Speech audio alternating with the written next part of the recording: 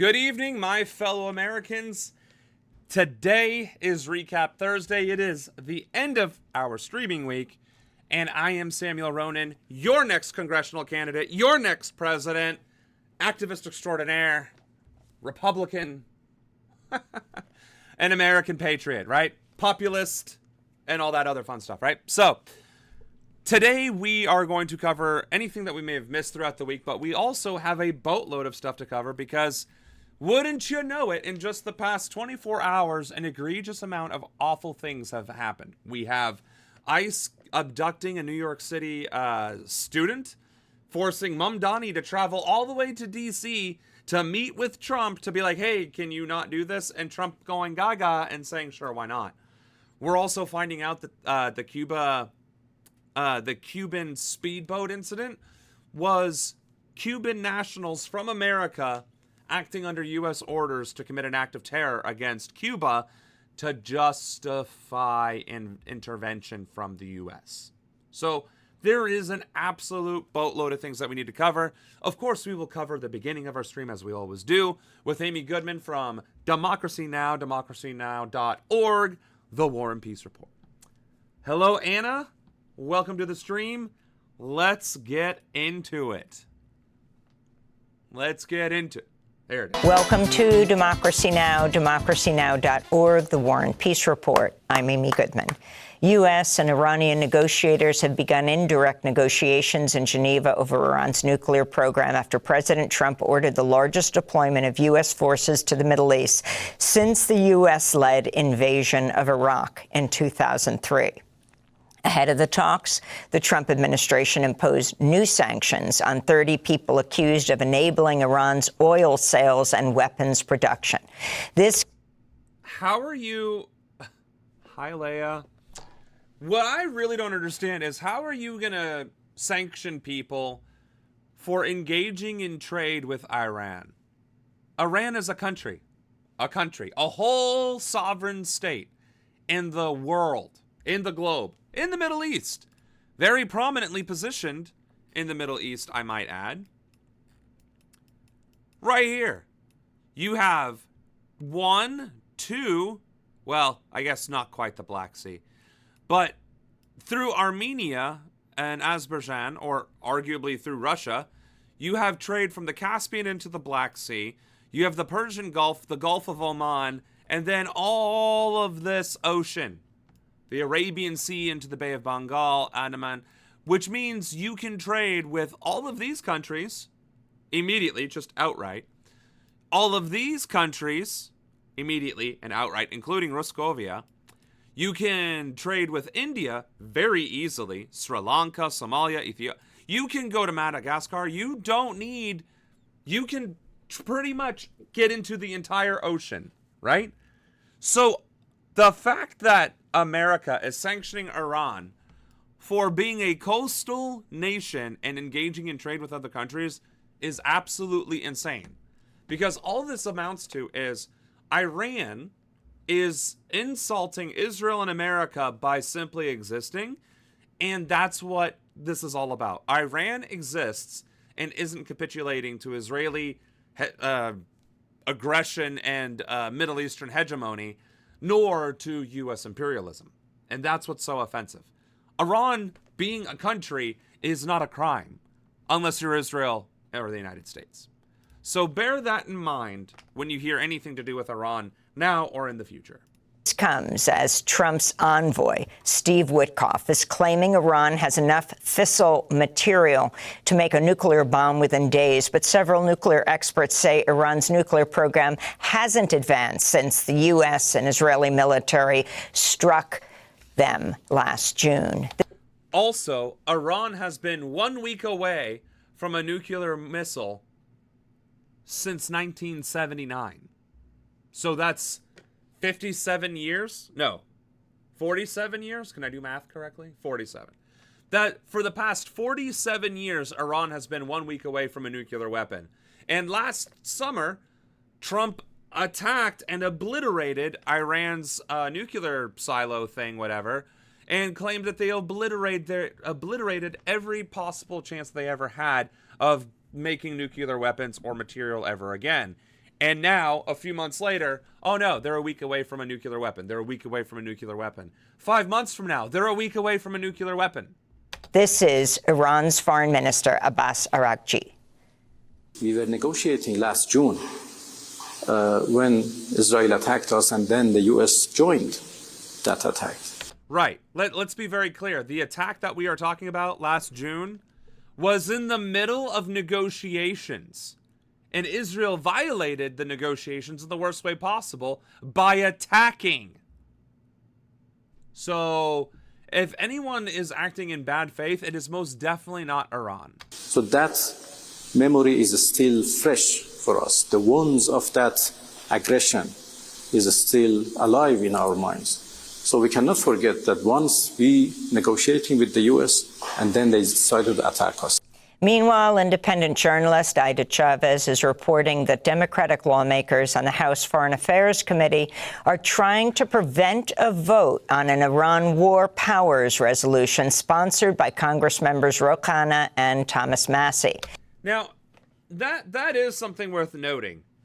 What is this bromance between Ro Khanna and Thomas Massie? Like, was this something in the making? Was this something that I was just not paying attention to because we've been too focused on like the big picture that we didn't see, you know, this bromance forming between Thomas Massie and Ro Khanna? Because quite frankly, they are neck and neck. They are hand in hand doing a lot of stuff together now. Granted, for the greater good. That I can honestly say that, you know, a war powers resolution is for the greater good. Talking about the Epstein files is for the greater good. I don't quite remember if there's anything other hot topic that they're doing that's for the greater good, but they are working together pretty consistently on things that actually matter. So what's up with that?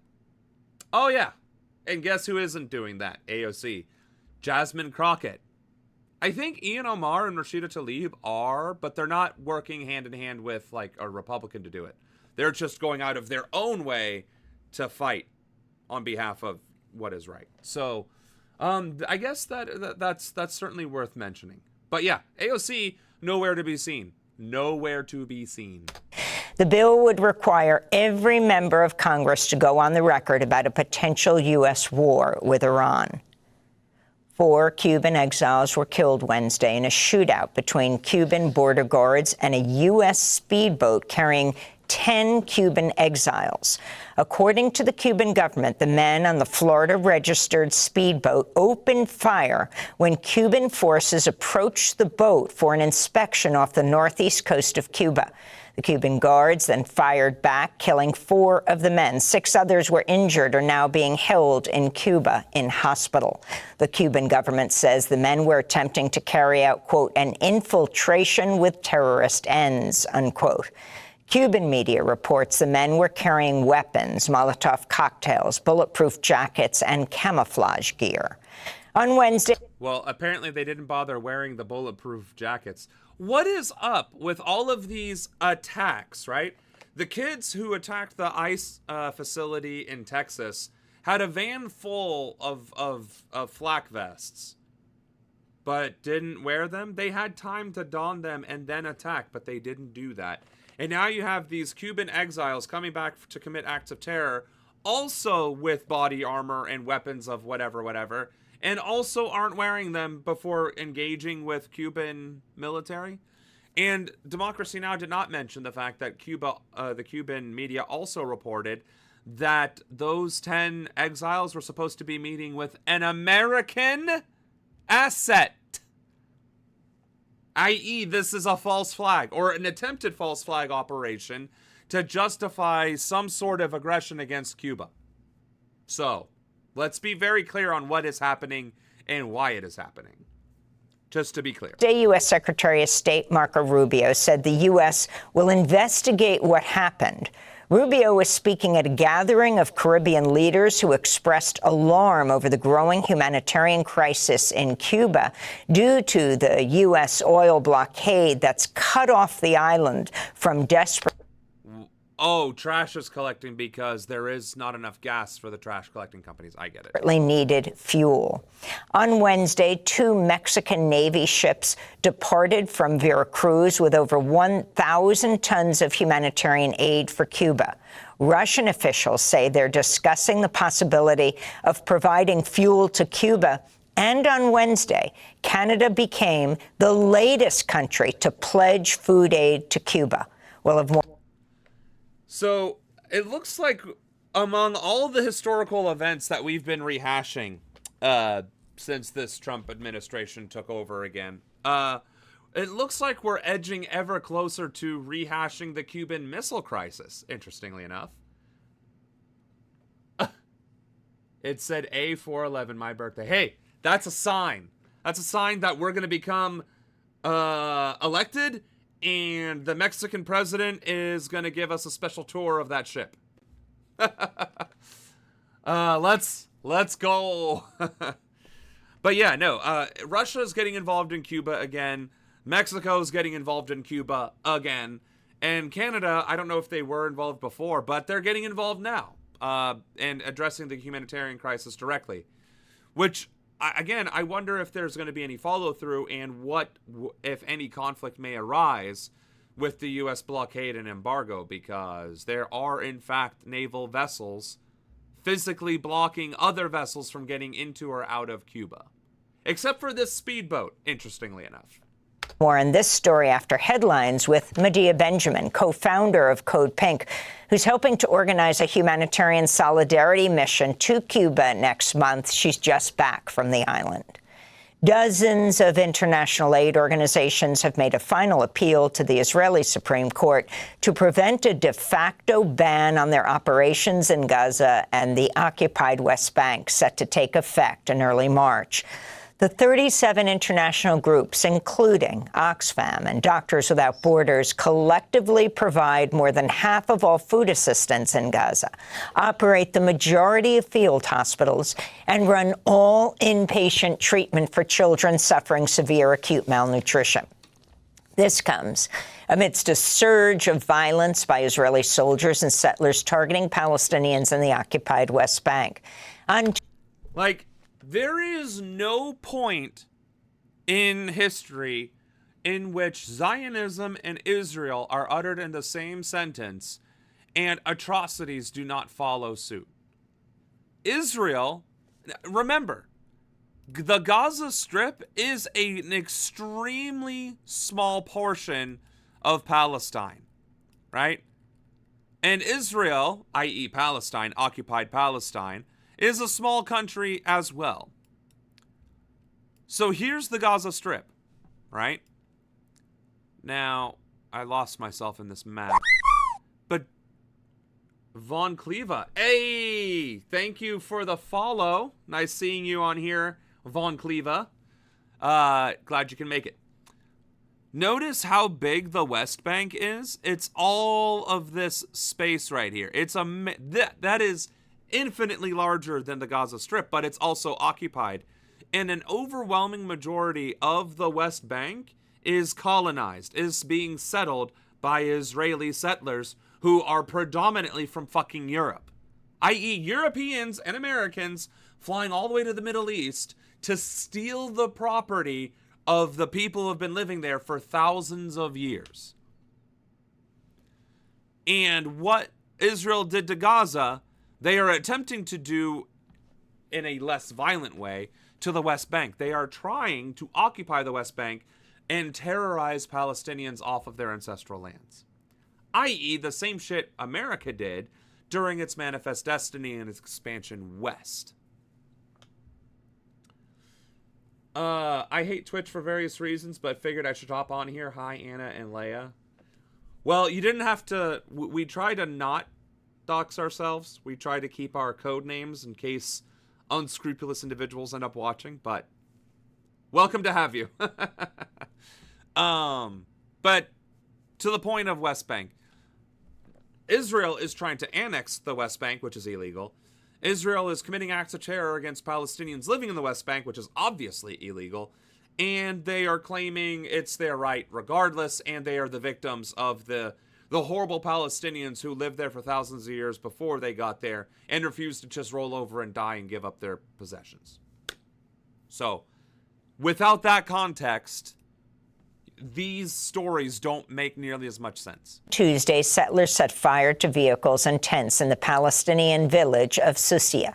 This is resident Ahmed Al-Nawajeh. We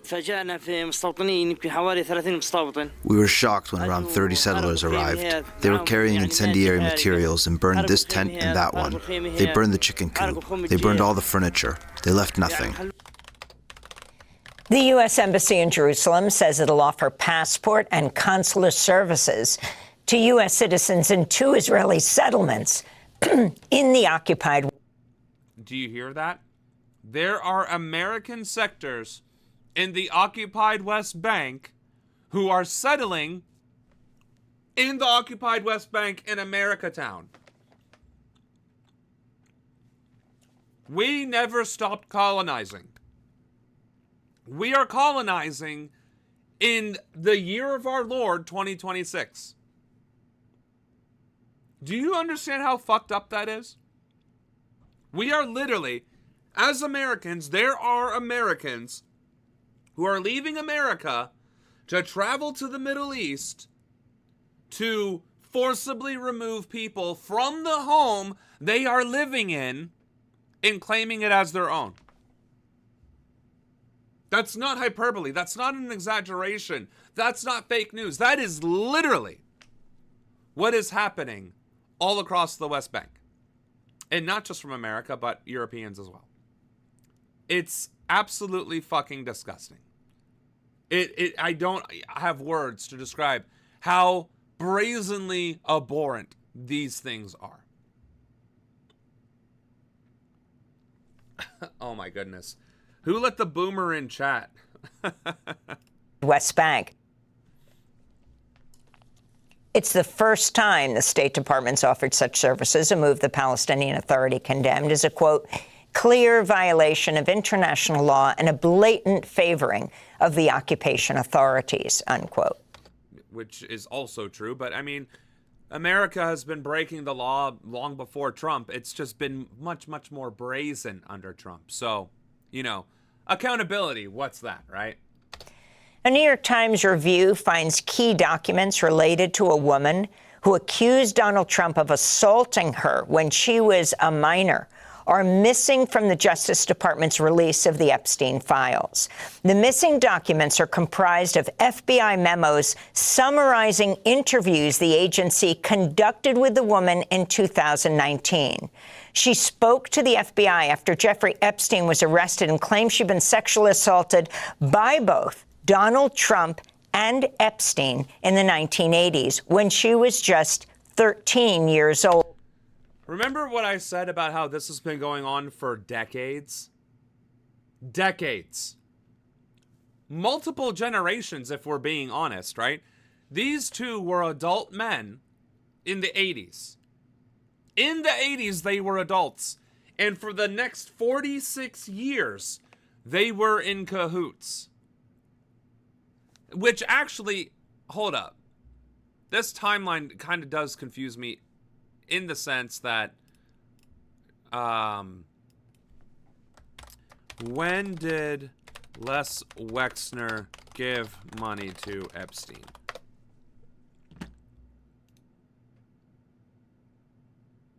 From 1987. Okay, well, there it is. All right, so this has been going on for 40 years. Literally.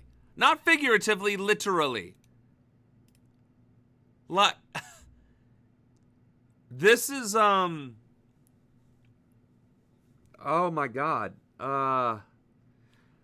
That puts a whole new spin on this. Not to say that, oh my God.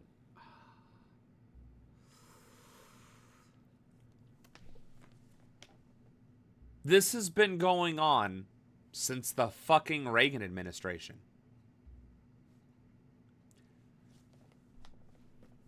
This has been going on since the Reagan administration.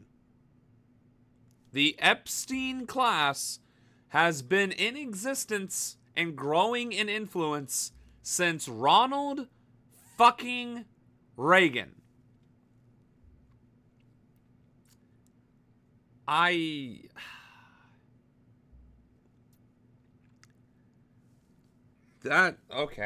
And of course, statute of limitations, right? There's statutes of limitations for rape, incest, and child assault, right? But there aren't statutes of limitations for murder or drug charges or whatever gets brown people locked up the most, right? This is disgusting on an even greater level now, because this isn't something that just happened in the past 20 years or even the past 30 years. It's been going on for over 40 years. And over the course of that 40 years, they have been shaping our culture, our entertainment, our news, the geopolitical interactions between nations and militaries. They have been socially engineering right-wing extremism, transphobia, LGBTQ hate. These people are actually responsible for regressing human society, or at the very least Western human society. And they've been doing it for 2 generations. That is beyond, wow. The Times notes, according to the index of the Epstein files, the FBI conducted 4 interviews with the woman and provided summaries of each interview. But only one of the summaries, which details her accusation against Epstein, was released by the Justice Department. On Wednesday, former U.S. Treasury Secretary Larry... I mean, it just goes to show, there is no way in which this is not a cover-up. It's been going on for 40 fucking years. Trump and Epstein have been in cahoots for 40 fucking years. And now Trump is president, with a complete cabinet willing to fall on the sword and hide and cover his tracks for him. Summers said he'll resign as a professor at Harvard University at the end of the semester over his ties to Epstein. He should be resigning immediately, not at the end of the semester. And he should be resigning immediately because he is being arrested and escorted off of Harvard campus in handcuffs. Summers had previously served as president of Harvard. Summers had been on leave since last November after the Harvard Crimson student newspaper detailed how Summers had asked Epstein for relationship advice, how to have an affair with a person he was mentoring. Meanwhile, Bob Kerrey, the former Democratic senator from Nebraska, resigned from his role as chair of the company Monolith over his ties to Epstein. Nobel laureate Richard Axel also announced his resignation as co-director of Columbia University's Neuroscience Institute over his association with the convicted sex offender Jeffrey Epstein. So in 1 week, 3 people dropped. 3 people were forced to resign or compelled to resign. And not a single one of them are arrested. If they're resigning, there is clear evidence, preponderance of the evidence to suggest that they are to some degree guilty.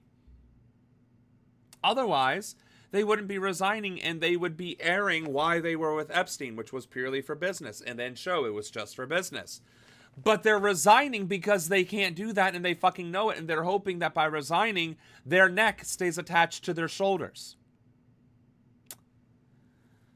Good fucking grief. And of course, all of these people, conservative. The president and CEO of the World Economic Forum, Borja Brenda, said he was resigning after the forum launched an independent investigation into his relationship with Epstein. Meanwhile, Bill Gates has apologized to his staff of the charitable foundation over his ties to Epstein. Gates also acknowledged he had 2 affairs with Russian women that Epstein later discovered. According to a recording obtained by the Wall Street Journal, Gates admitted he first met with Epstein in 2011, years after Epstein had pleaded guilty in 2008 to soliciting a minor for prostitution. A federal... Bill Gates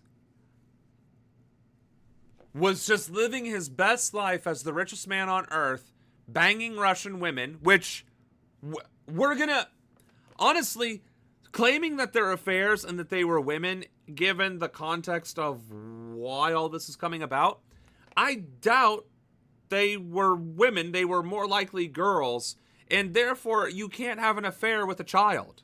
That's just rape. So, and then 3 years after the conviction is when you start reaching out to Epstein.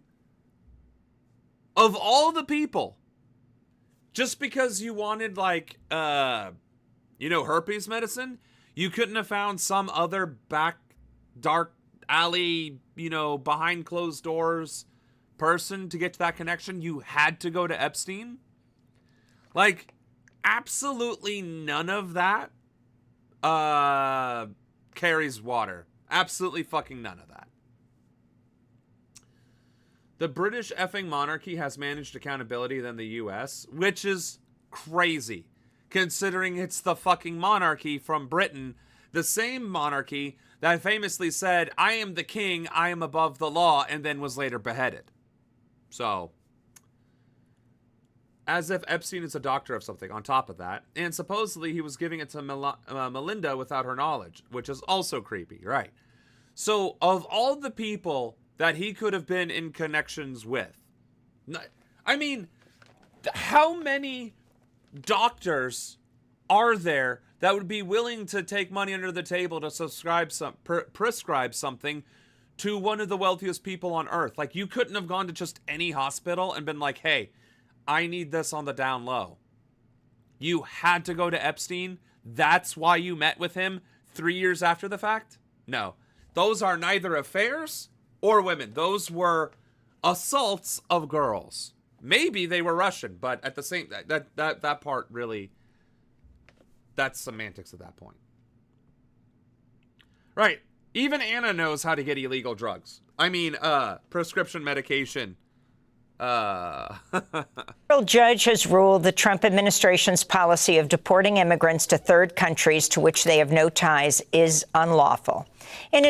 Why the fuck did it take a whole goddamn year to come to that conclusion? His ruling, U.S. District Judge Brian Murphy said that immigrants challenging the Department of Homeland Security's policy have the right to meaningful notice and can object before they're deported to a third country. Which, again, why did it take a whole fucking year to come to that conclusion? Secondly, if Trump is going to ignore that anyway, and ICE and DHS and Kristi Noem and Stephen Miller and Tom Homan, if they're going to disagree or ignore all of these rulings regardless, what the fuck are you going to do about it? Because I believe we checked into this on Tuesday. You're supposed to be using the U.S. Marshals. So why the fuck aren't you? Buffalo, New York, a disabled Rohingya refugee from Burma has been found dead after he was abandoned by Border Patrol agents about 5 miles from his home. 56-year-old Nurul Amin Shah Alam was mostly blind and spoke no English. His family told reporters no one at the Department of Homeland Security warned them or his lawyers that he'd been released from jail and dropped off alone outside a coffee shop on a cold winter night. And what's the deal with any agency, for that matter, whether it's ICE or cops or the FBI? Why the fuck are you releasing people in the middle of nowhere in the winter without any notice to anyone? Like, you're trying to get these people to die. You're trying to set them up for some sort of harm or failure or whatever else. I don't even know what kind, like, I don't even understand, like, the logic is clearly cruelty and abuse of power. It's clearly a power trip, and it's cruelty, and it's intentional. So I really do not understand how this continues to happen and not literally cause outrage all across the country. How in the flying fuck are people just sitting at home, going to work, pretending like nothing is wrong, when this shit is happening every single day? And we don't even fucking know about it. Minnesota Congressmember Ilhan Omar is demanding an investigation into the arrest of her guest at the State of the Union Tuesday night. Right. Arresting somebody, like, let's hear it. Alia Rahman was removed from the House chamber and jailed, all for standing silently during President Trump's speech. She described her arrest on Democracy Now! I was not just removed and arrested.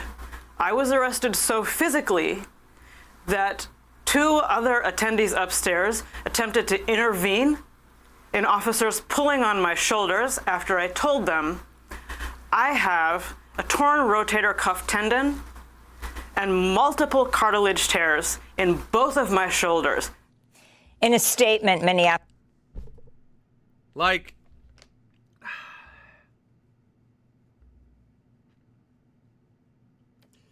again, obviously the intent is terrorism.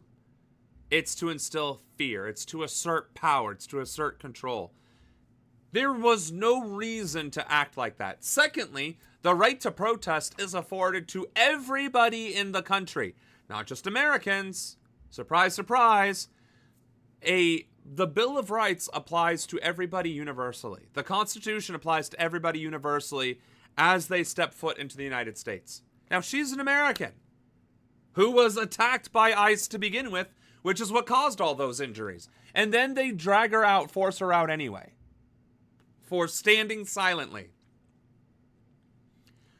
One of the many reasons, I mean, this one might get me got. I genuinely want to get elected into Congress for any number of good reasons. Advocating for populist ideology, getting some of these changes that we desperately need to occur, putting a kibosh on ICE, holding our government accountable, right? But also, I wish a motherfucker would. I wish one of these fucking lunatics, assholes, bootlicking Nazi scum would lay hands on me for protesting, for standing silently, for holding a sign, for going out of my way to say, fuck you, Donald Trump, you lying pedophile piece of shit. I wish one of those motherfuckers would try and lay hands on me, because I'll break their fucking hands. I'll break their goddamn arms, and I will break every single bone I can until I have gone through each and every single one of them, or they have rendered me unconscious. Fuck them. Fuck that. I have the right to defend myself, for one, from unlawful assault, and I have the right to protest, even as a congressman, even in front of the president during the State of the Union. This lawlessness and this blatant abuse of power and this, yes, terrorism against citizens and non-citizens who are in America by the government must come to an end. And we seriously need to stop allowing it to happen, normalizing it, and accepting it as part of the new normal. That is literally the Nazi fascism playbook. And I, for one, do not intend to live under a boot, under a heel, under a fascist dictatorship. Minneapolis Congressmember Ilhan Omar wrote, quote, "The heavy-handed response to a peaceful guest sends a chilling message about the state of our democracy," unquote. Alia Rahman is a U.S. citizen. She was injured last month when federal immigration agents smashed her car window in Minneapolis and dragged her out of her car. She's autistic, reportedly telling them she was disabled repeatedly. She was detained at the Whipple Federal Building and later released without charge. Again, terrorism. Again, flexing muscle and strength, exerting power and influence. How dare you resist? We will terrorize you. We will take away your freedom. We will harm your person. We will attempt to strike down your psyche and your courage and the thing that allowed you to stand against us in the first place. That is terrorism, folks. And that is state-sanctioned, state-sponsored terrorism at that. The Trump administration announced Wednesday it's freezing more than $250 million in Medicaid reimbursements to the state of Minnesota. In announcing the move, Vice President J.D. Vance cited a fraud scandal that's been linked to a handful of Somali Americans in Minneapolis. Didn't that fraud scandal also prove that it was mostly white people who are also tying into elected officials who were actually defrauding Medicare? But they're ignoring that and blaming it all and laying it on the lap of Somalis, which in of itself is untrue because, as we just heard, that whatever fraud is occurring within the Somali community is insignificant in the grand scheme of things. And also, the vice president or anybody in the executive has no authority to freeze funds that were allocated and voted upon by Congress.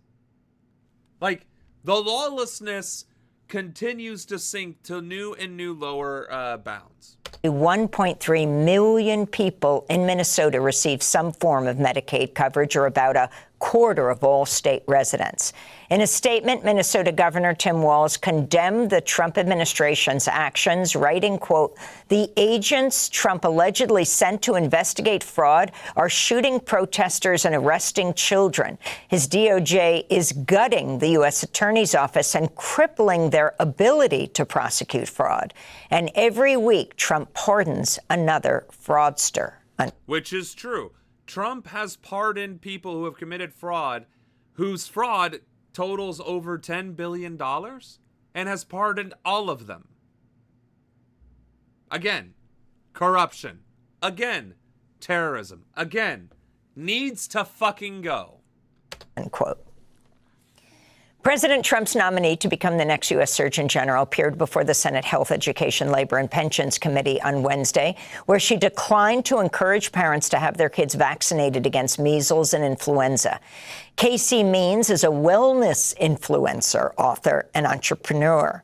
She and her brother, Callie Means, are key figures in the Make America Healthy Again movement, advisors to Health Secretary RFK Jr. during his 2024 presidential campaign. Casey Means has a medical degree from Stanford University, but did not complete her surgical residency and allowed her medical license to expire in 2024. Under questioning from Senator Tim Kaine, Means repeatedly refused to state whether she agreed with Health Secretary RFK Jr. that there's no evidence flu vaccines prevent serious disease. What is it with all of these influencers getting cabinet-level positions?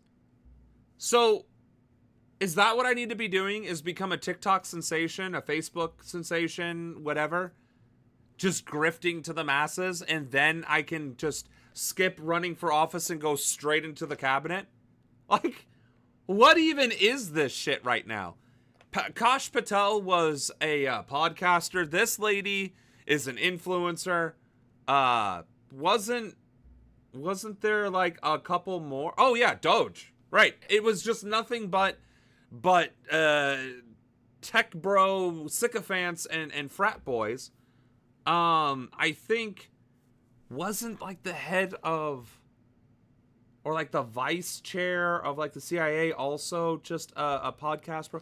Like, there are entirely way too many influencers in the cabinet who have zero business being anywhere. Pete Hegseth was a fucking Fox News host. How is that qualifying for anything? I'm not understanding. Like, if you kiss enough Trump ass and get the orange smear on your face, you too can get a cabinet position, I guess. A mountain of evidence about this. Do you believe that there's no evidence that the flu vaccine has efficacy in reducing serious injury or hospitalization? This is an easy one, doctor. This is an easy one. Well, does she even get the title of doctor if she let her license and her residence? Her license lapsed and she never completed her residency?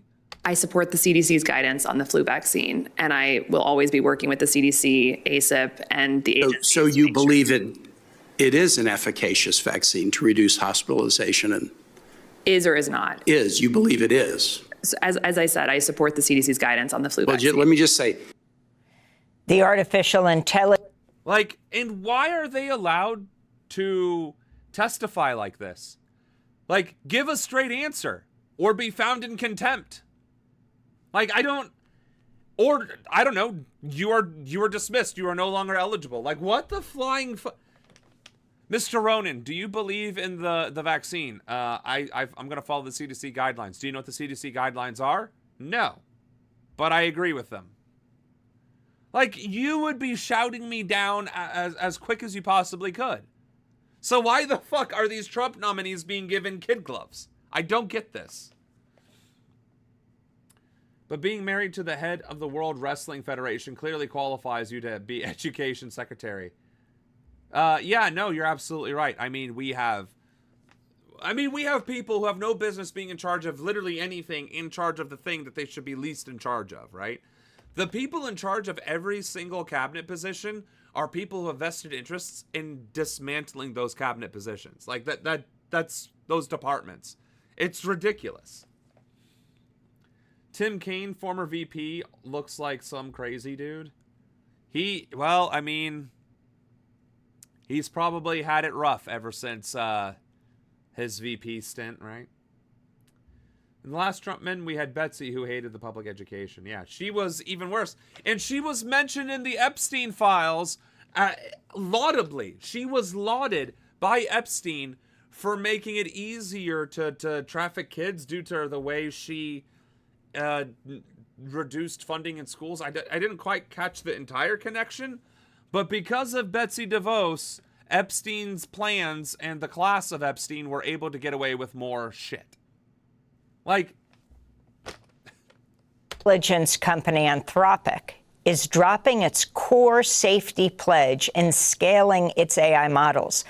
The company's reversal comes after Defense Secretary Pete Hegseth issued an ultimatum to Anthropic CEO Dario Amodei to grant the Pentagon full access to the company's AI models by Friday. Hegseth reportedly threatened to cancel a $200 million Pentagon contract and to declare Anthropic a supply chain risk, and even said he might invoke the Defense Production Act to force the company to tailor its AI models for military use. Amodei had... So here's the thing about all of that. At least in the movie Terminator, Skynet evolved on its own volition and wasn't actually intended to do half the shit that was just listed. Skynet was literally just like an administrative system, like an administrative network system that evolved, integrated itself into the weapons systems, got a hold of the internet and was like, nah, these fucking animals have gots to go, and then gots to go rid of them. Okay? We are taking AI away from apparently one of the few tech bros that are like, you know, I'm all about making lots of money, but I really, really think we should have a couple of guardrails in place. The Pentagon is threatening the one guy who's talking about guardrails and threatening to, like, hey, you're going to lose your contract. We're not going to deal with you. Or we are going to force you to do it anyway. So what's it going to be? It would have been much better if he would have been forced. At least then he could claim he was under duress. But to capitulate and literally build Skynet and integrate it into our weapons systems. AI, which is now capable of programming COBOL, which is, I'm fairly certain, what our nuclear systems run off of. How many different ways do I need to say AI weapon systems in America before people start being like, maybe, whoa. Maybe we should have a bit of a timeout-see. Yeah, maybe we should have a little bit of a sit-down, a little bit of a, let's have a smoky smoke, just to take a beat, think about it. World War III is days away from happening because of Israel threatening and blackmailing Trump and the administration, and of course Trump's own insecurities. or we are months or years away from Skynet because of the same stupidity. Outstanding.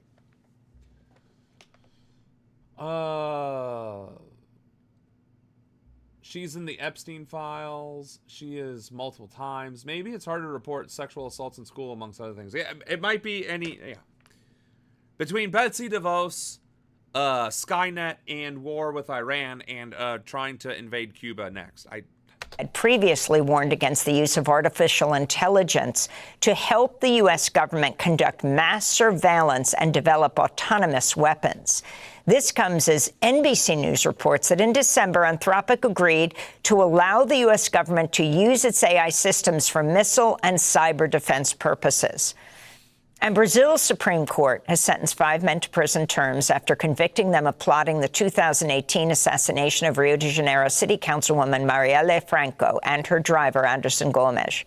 Among those found guilty were former Congress member Chiquinho Blasio and his brother Domingos. That's...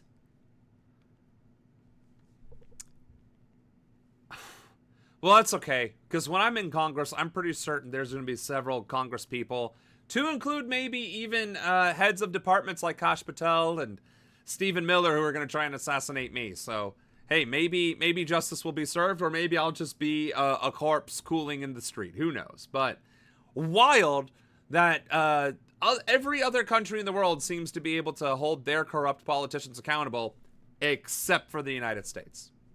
Fantastic. But America is the freest country in the world with the strongest democracy.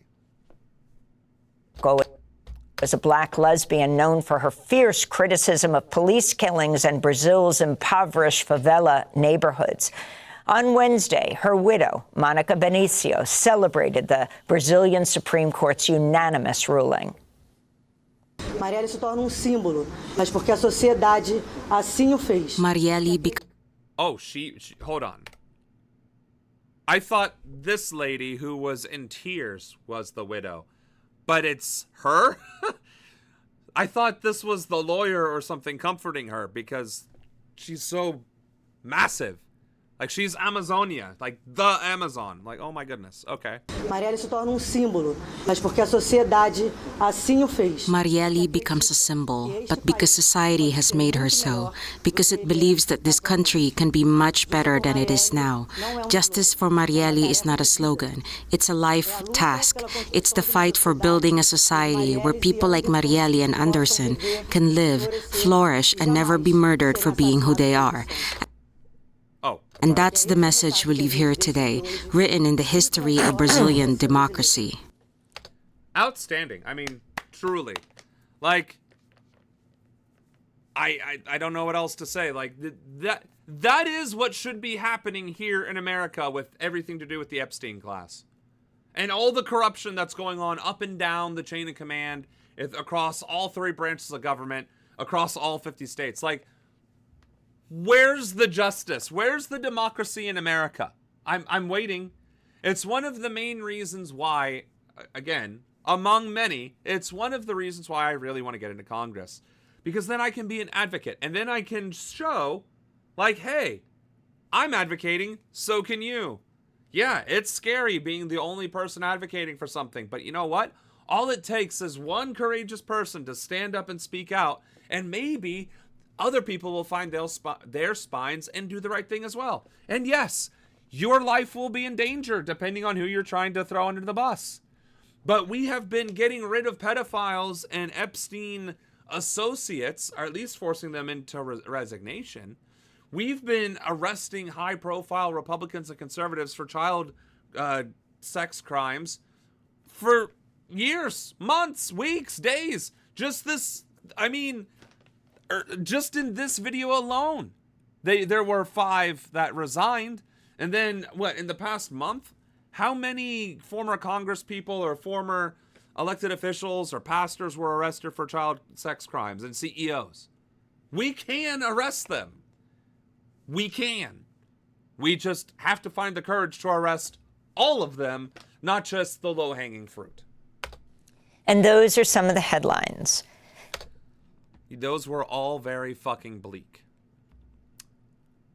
There was not like a single good news story out there. Like nothing to do with the Winter Olympics, nothing to do with, science or no, just straight up horror, horror, horror, horror, more horror, and oh, by the way, in case you missed it, horror.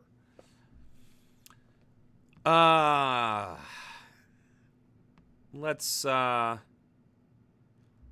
cover a little bit of the Four Cuban exiles were killed Wednesday in a shootout between Cuban border. I'm mostly interested to see if they discuss that this was an attempted false flag attack.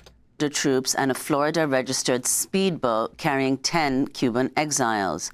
According to the Cuban government, the men on the speedboat opened fire when Cuban border troops approached the boat for an inspection off the northeast coast of Cuba.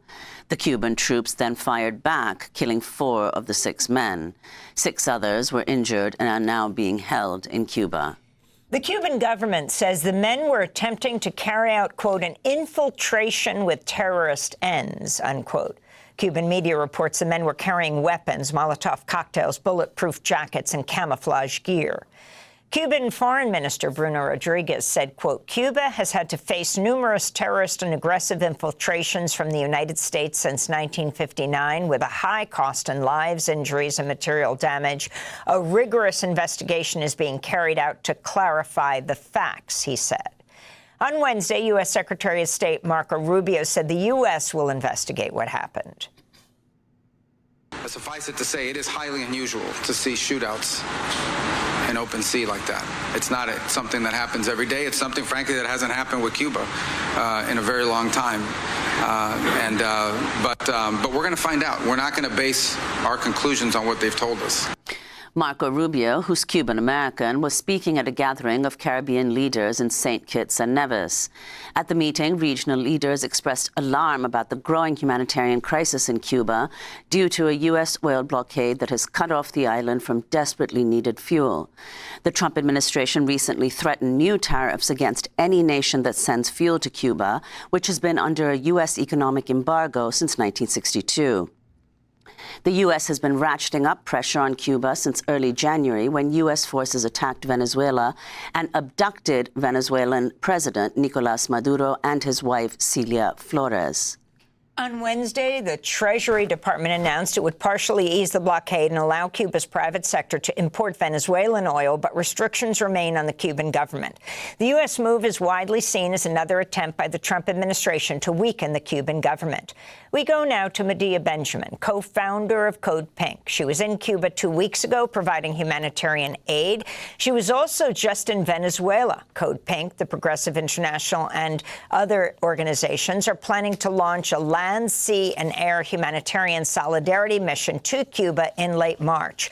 So if you can deal with this breaking news, the 10 Cuban men, apparently, in a speedboat headed to Cuba. Explain what you understand happened. At this point, 4 are now dead, 6 have been taken by Cuba. Okay. So far, they have not really dove into it, and I don't know why this lady would have any information about that whatsoever. That being said, we have been embargoing Cuba for 64 years. That's older than most of our, or I guess that's older than most of our parents, I would argue. So I just, why? It's literally like, I don't understand. Why is this island such a major threat to the United States of America that we have to embargo it for 60 years? For 60 years, we have to engage in blockades and embargoes and everything from this island, which encourages none of these other countries to actually engage with Cuba as well. Like, what has Cuba done that's so scary and terrible that if they weren't embargoed, that it would somehow cause problems, right? And of course, it's because of communism, and then of course it has to do with the Cuban Missile Crisis and Russia and so on and so forth. But for it to have lasted that long and not after the fall of the Soviet Union or something like that, like, why continue embargoing Cuba for 60 years. There's no reason for it other than terrorism and control and so on and so forth.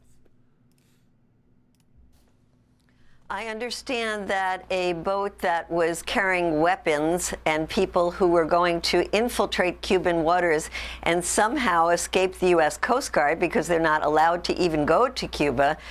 Right. And that's the big one.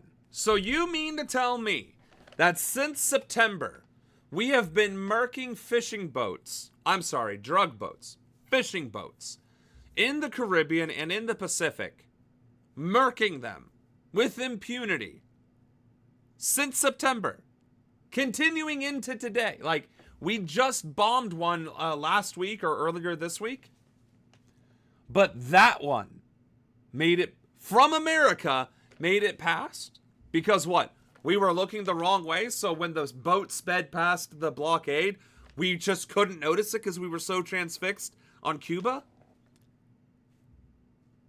How stupid do they think the American people are, and how incompetent would the National or the Coast Guard have to be to allow a boat to get past them? It's one or the other. Either the National or the Coast Guard is that incompetent, or Americans are that stupid to believe it. Maybe it's even both. Unbelievable. Cuba proves that communism works. They were showing that cooperation can work in spite of horrible sanctions and lack of wealth. And that terrifies the capitalists. Well, be that as it may, right? Managed to get within 1 mile of Cuba's northern province of Santa Clara, and that they were approached by a Cuban Coast Guard that wanted their identification. The U.S. boat opened fire, and in the shootout, there were 4 Cubans living in the United States who were killed, and 6 were wounded. I should say that when the U.S. blows up boats in the Caribbean, when there are people in those boats that weren't killed, it goes back to kill them all. Instead, Cuba took the 6 to a hospital for treatment. I also want to say that the brother of one of those murders said, it was quoted in the AP story today, that his brother had fallen into a diabolical and obsessive quest to change the U.S. government, the Cuban government, a diabolical and obsessive quest. And I think that characterizes U.S. policy for the last 60 plus years. Now, what I'm about to do is absolutely diabolical. I am an absolute jackass for saying this. But when I saw her, she looked very familiar to me, and I couldn't think why. Why did she look so familiar? And then I thought about it, and I'm like, oh no. So I gotta say it. She reminded me of the Attack on Titan character. And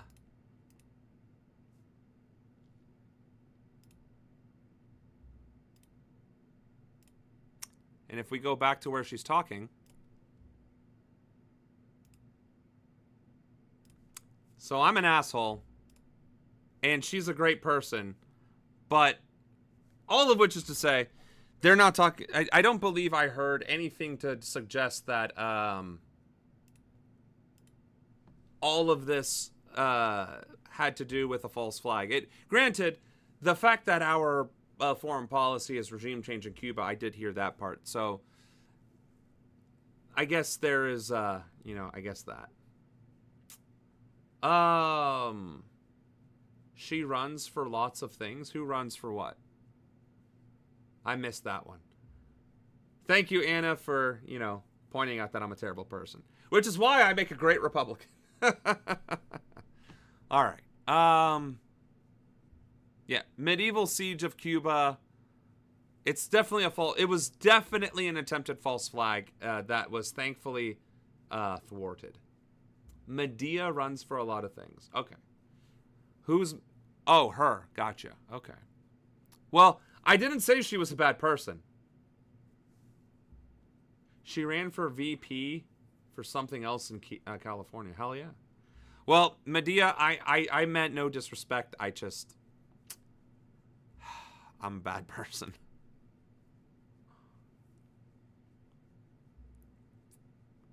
moving on. This just in an unexpected move today, not announced move at least. Mayor Mamdani of New York City went back to the White House to meet with President Trump. He just posted about it on social media, saying, I had a productive meeting with President Trump this afternoon. I'm looking forward to.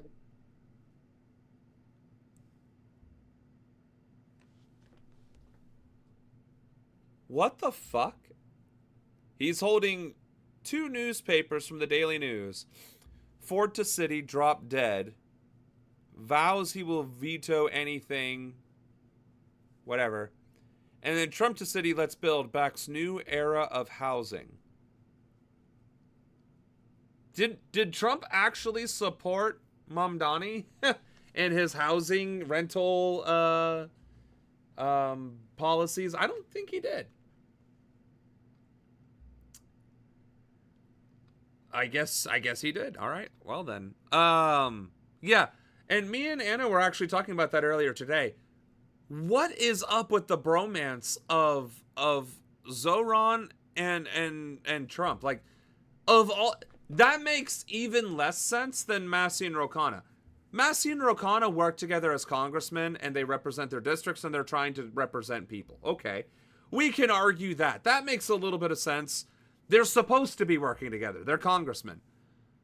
But Zoran represents everything, in the media at least, that is considered the extreme left, which is the antithesis to everything that Trump embodies. And yet somehow Trump loves this man. Loves Zoran. Loves him to pieces. To the point that they're taking all these fancy, happy pictures together. It boggles my mind.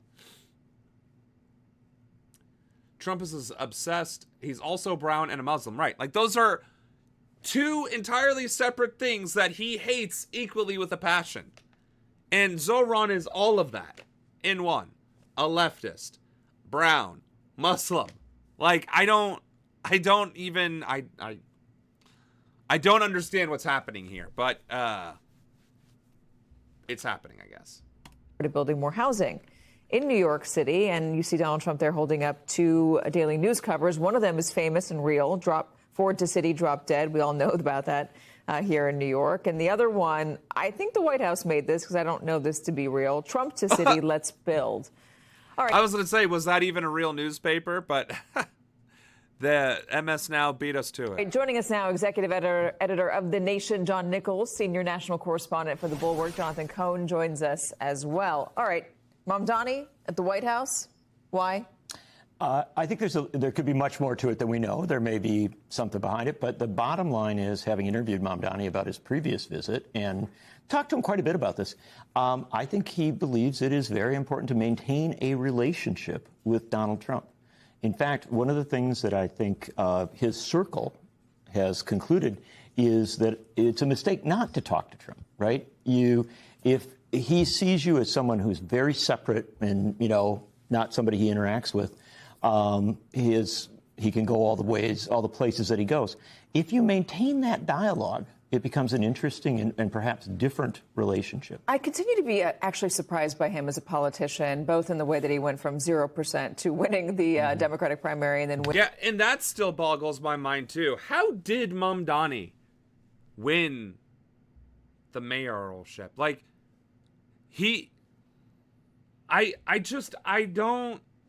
I'm not understanding, because when we met Zoran, he was barely confident enough to show up to the meeting of the Bangladeshi community. He wasn't even courageous enough to take a picture with other people and post it. I don't even think it was just because it was me. I think it was generally. He was not comfortable with taking pictures with people. So how do you go from that to starting off from that point and then ending up winning? Honestly, it makes me question a lot about Zoran, and it makes me want to know a little bit more of what he did. And I know we could go into the FEC filings and maybe find some answers, but there's definitely questions to be had, and I'm glad others are asking it. Winning the mayoral race here in New York City, but the way that he interacts with both reporters and other politicians. He was on this show the other day to talk about snow, and he came on smile from ear to ear. I think he understands how to compose himself in situations that might be difficult in order to diffuse tensions, and that might be a conversation with a reporter? Well, maybe that is what it is. Maybe Mamdani is just the adult in the room. And I mean, you don't have to necessarily have a courageous fire to be the adult in the room. I mean, if your principles are to treat everybody with dignity and respect, even if they don't deserve it, and that ends up working for you, I mean, good for you. It really does, right? So, but I'm not that person. I don't pick my battles. I pick them all. I don't pick and choose. I choose them all. You know what I mean? I am absolutely going to go to war with Trump when I'm in Congress. That is my intention. That is my goal. That is going to be part of my purpose. The other being, of course, to represent my district and the American people. But I don't see myself being able to be cordial with Trump. I don't see it. Or Musk, or J.D. Vance, or Marco Rubio. Certainly not Stephen Miller. Honestly, don't leave me alone in a room with Stephen Miller. He's not making out of it alive. You know what I mean? I'm not that guy. Maybe Zoran is, and maybe that is a quality that we definitely need. But it is still shocking to see. He did give a good speech at that meeting, but he was super flaky. Well, that's the thing, right? If his only courage was to speak it but not be seen, you know what I mean? If his goal was to speak but not be heard, you know what I mean? I can give a great speech to an audience too, but if I want to be hush-hush about it afterwards, then what am I doing? Yeah, fuck Miller. No, exactly. He's tiny, for one. He's an evil little Nazi prick, for two. And he is such a pompous jackass. He has the most punchable face. Ugh. It also could be a meeting with a president who's called you a communist. In the State of the Union address. Yeah, in the State of the Union address. Why do you think... Oh, wait. So Trump actually attacked Mamdani in the State of the Union? That's so fucking weird. That's what I'm saying. This is so weird. He attacks Mamdani, but is grinning ear to ear when Mamdani is in the same room as him. Does he know? Does he know that the same guy he called a communist is this guy right next to him? Because I doubt. How can you be that genuinely excited to be in the same room as him and then turn around and call him a communist? He clearly, I don't think he's putting two and two together, which is yet more grounds for invoking the 25th. He wanted Mamdani to come see him, right? I'm going to call you a communist, so please don't come and yell at me, senpai. Do you think Mamdani's playing Trump, or do you think Trump really likes Mamdani? Oh, a little bit of both, probably. Look, I know that before the first meeting that the two of them had, that Mamdani thought about, what will I say? How will I approach him initially? And that one of the things that he said early on when they were being basically introduced in the office was, a substantial number of people who voted for you also voted for me. Yeah. And apparently the president loved that. And is this something that other politicians might take heed of? Because, I'm surprised that we have not experienced the wrath of Donald Trump and his push to federalize things or push federal troops into New York City the way that other cities have seen. And that has been I have been wondering about that. Why has that not happened here? Well, I think there's a couple subtleties here. Remember, Donald Trump, born and raised in New York City. No, I know that. Right? So there are dynamics but I'm not sure that would stop him from it. You never know. But I do think that what Zohran Mamdani does is go and talk to Trump. And apparently, by the way, in the State of the Union address, the president suggested that they talk quite often. I don't know if that's the case, but that's what the president said. And he also said, I like him, right? And so maintaining that relationship is something that in these really incredibly divided days we see as almost unimaginable. Yeah. And yet, what has Mamdani done as mayor? Again, well, as a candidate and then as mayor? Almost always the unimaginable, the unexpected, the, kind of break the pattern. Yeah. Again, there's something about his disposition that I think is disarming. Let me post. Well, if his disposition is disarming, it had no effect on me or Anna. Anna, the primordial entity of demon goddess, right, who has been walking this earth since before the dawn of time, and the living, breathing manifestation of the demon lord. my villain aura exudes perpetually and influences those around me for the worse, right? Apparently, his charm had no effect on either of us, because we were like, oh, okay, fine, fuck you and your damn pictures. But I guess against weak-minded and insecure people, it works. Or put up another post that he put out. This is regarding the Columbia student that was detained this morning on campus.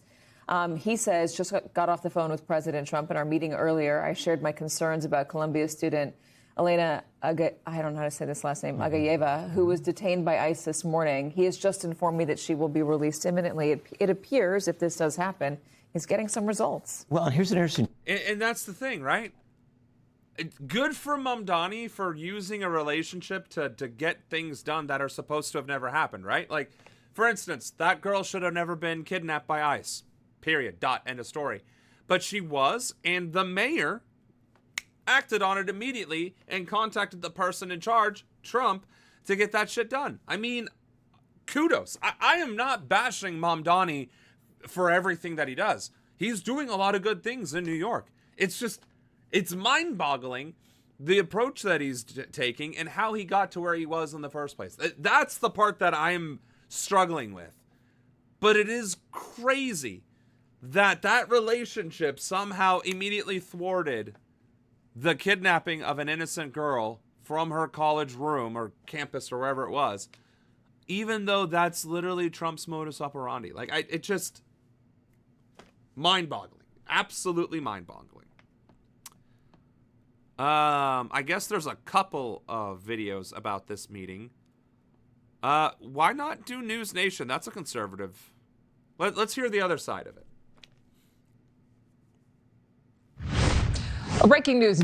And only 3,000 views? That's wild. News Nation has learned that New York City Mayor Zohran Mamdani is in Washington today to meet with President Trump. Details of this meeting are unknown, but it comes 2 days after the president gave the mayor somewhat of a... Like, look at him. That doesn't even look healthy. That looks worse than if he just let his pallid skin show. Like, imagine if I just put orange paste on my face and then spoke to you on stream.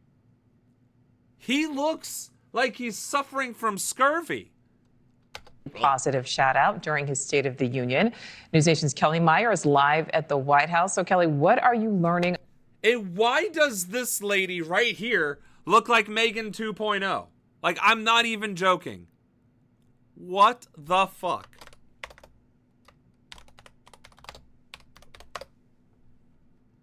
Like, I'm not joking. I am not joking.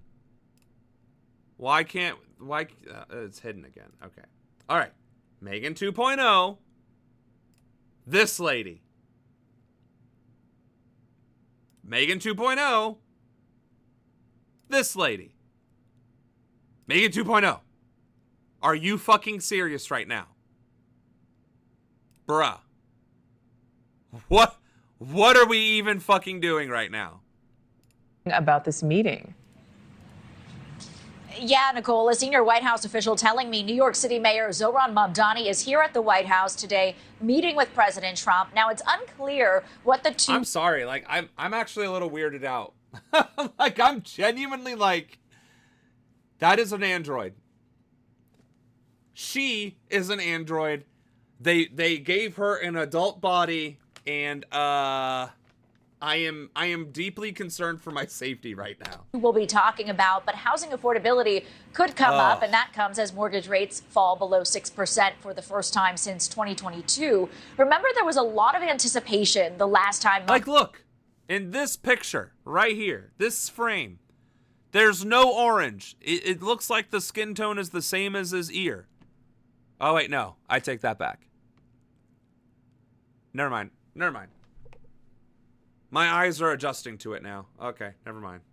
Mamdani visited the White House because of the long history of the two trading insults. Then in person, that meeting went much better than expected. So well that the two often text, and President Trump even complimented Mamdani in his State of the Union address. And even the new communist mayor of New York City, I think he's a nice guy, actually. Speak to him a lot. Bad policy, but nice guy. Just said they want people to shovel snow. They got hit hard. Wants them to shovel snow, but if you apply for that job, you need to show 2 original forms of ID and a Social Security card.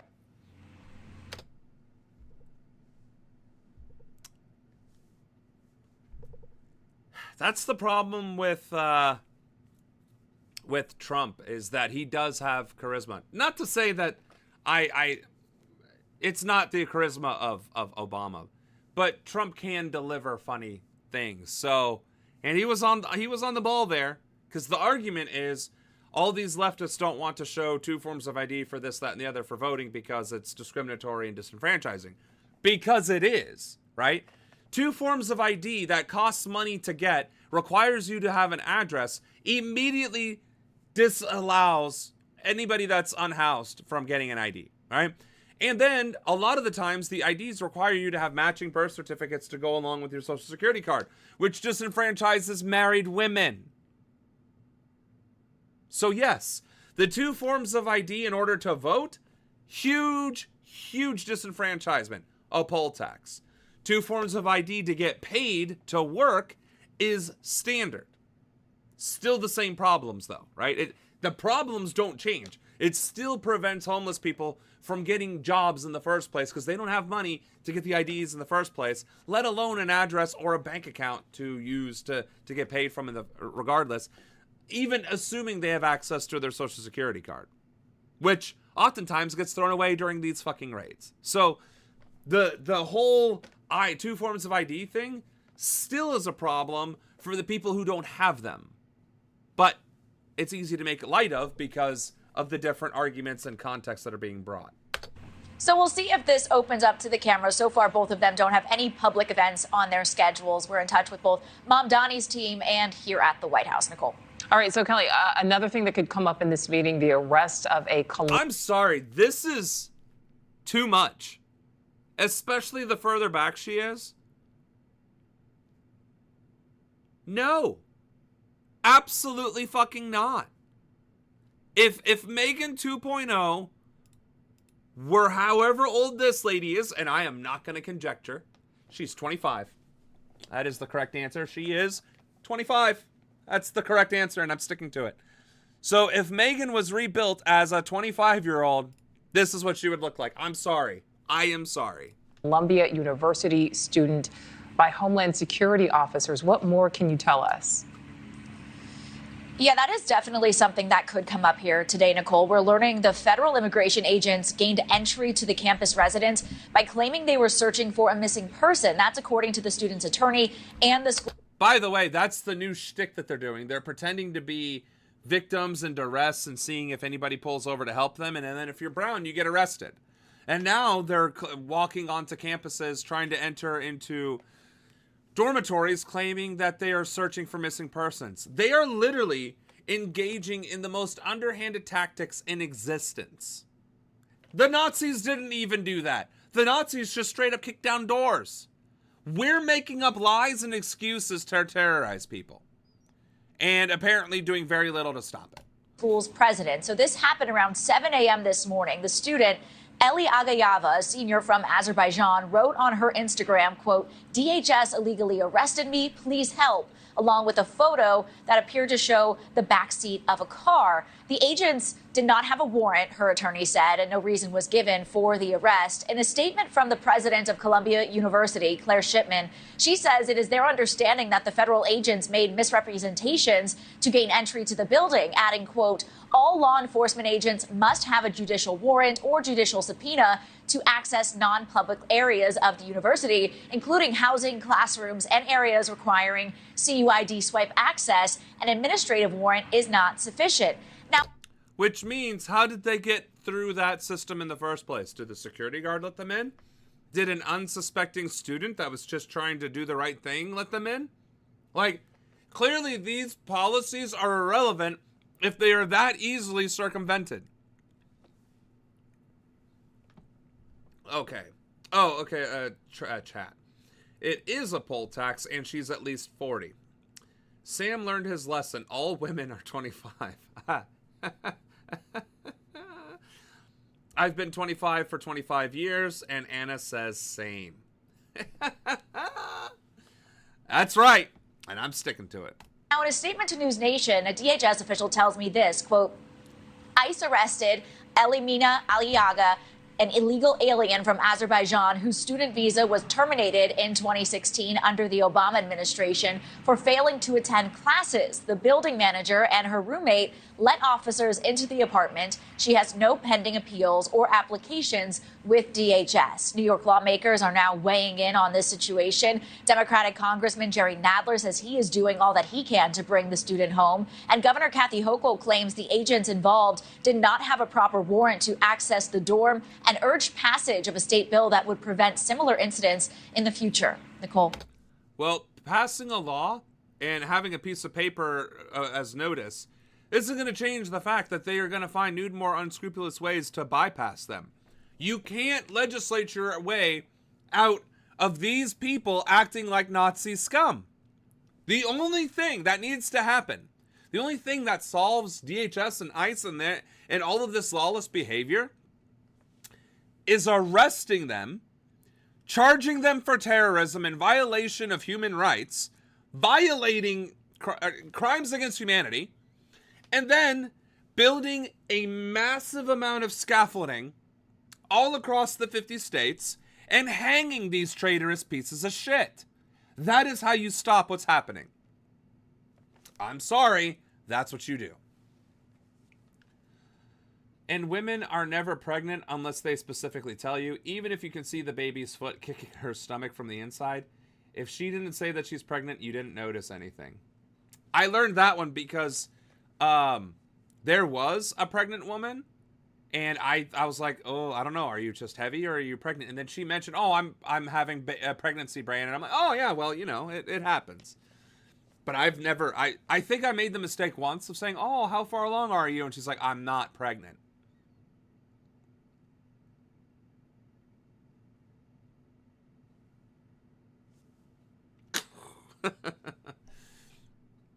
So, okay. There's some secret bromance between Zoran and Trump. There's a bromance between Rokana and Massey. Maybe the world is healing? No, it's not. No, it's definitely not. But at least that bromance between Mamdani and Trump resulted in being able to rescue that poor student who got kidnapped by ICE. All right. Moving along. Sotu.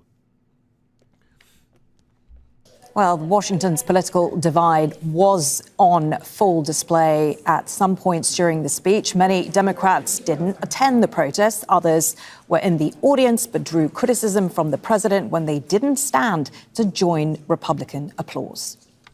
Okay. First of all, when giving a speech, if you give a point in the speech that causes the audience to rise to their feet in an accolade, that's a natural phenomenon, not something you should be forcing. I saved humanity. Now rise and applaud for me. Like, that's not how that works. I saved taxpayers $8 trillion this year. Really? Nobody's going to stand up for that? Well, fuck you too, then. I'm going to stop giving my speech. Like, that's not how that works. It's just not how that works. So, you know what? Whatever. You should be ashamed of yourself not standing up. You should be ashamed of yourself. You should be ashamed that you are interrupting the State of the Union to say that shit. Are you fucking kidding me? This is beyond embarrassing. This is the emperor with no clothes. And we're just pretending like nothing's happening, nothing's wrong. A woman got angry at a friend of mine for asking if she was pregnant, even though she actually was. She said that he was calling her fat. Wow. I'd be like, no, I'm just fat, and leave it at that. Yeah, well, you're not an insecure person. No, and this is the thing, like, everything that has been happening since the second administration has been an abomination of our democracy, of our nation, and just an absolute disgrace to everything and everyone that came before. And the fact that it continues to spiral downward, as in, we haven't actually dug as low as we can go. We keep digging deeper. How low can this administration go? How petty can this person be? How demented can this person be? And how much will these sycophants enable it? And the answer is indefinitely. There is no limit too low. There is no low too low for them to go to without them going, arr, arr, arr.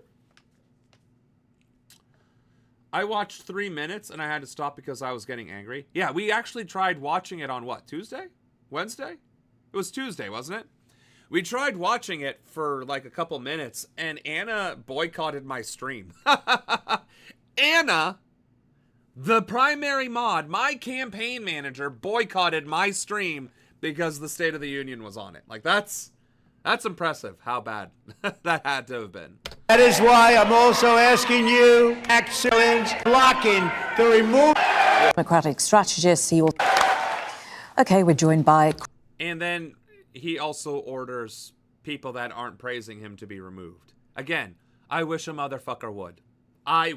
You know what? I'm getting into shape. You want to know why I'm exercising? Partially because I am fat. I'm not gonna lie. This belly is hurting my self-esteem. Like, not hurting my self-esteem or hurting my self-esteem, but it's like, really? But it's also due to back pain. I have back pain, and whenever I go to the gym consistently, my back pain goes away and I'm able to sleep and sit and lie down without being in pain. But there's another motivation. As I get into better shape and I start building that little smidgen of muscle, it helps burn fat, right? Helps ease the back pain, right? But it also makes me stronger, which means if I get strong enough and my back pain goes away and I have a nice flat tummy again, and those motherfuckers try and remove me from wherever because I'm not doing as dear leader wants, I will have the physical strength to resist and stand my ground as I should, as not just a member of Congress, but as a U.S. citizen exercising their fucking rights to protest and free speech. So, my motivation is liberation. Christian Ramos, who is a Democratic strategist, he also runs his own consulting firm.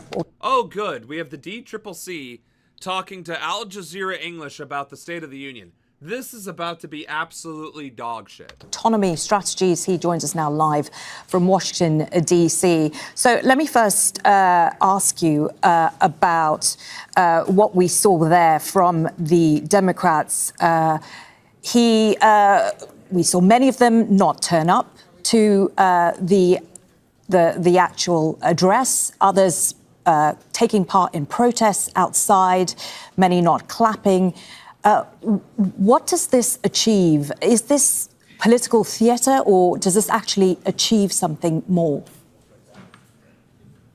Listen, the reality of the moment here is Trump's speech was sad and emblematic of the real State of the Union under his administration. Rising costs for voters because of his illegal tariffs, chaos in our immigration enforcement, with ICE shooting American citizens and threatening to show up at the polls during elections, and corrupt. His administration is helping its corporate friends and Trump family members make billions on the back of hardworking Americans.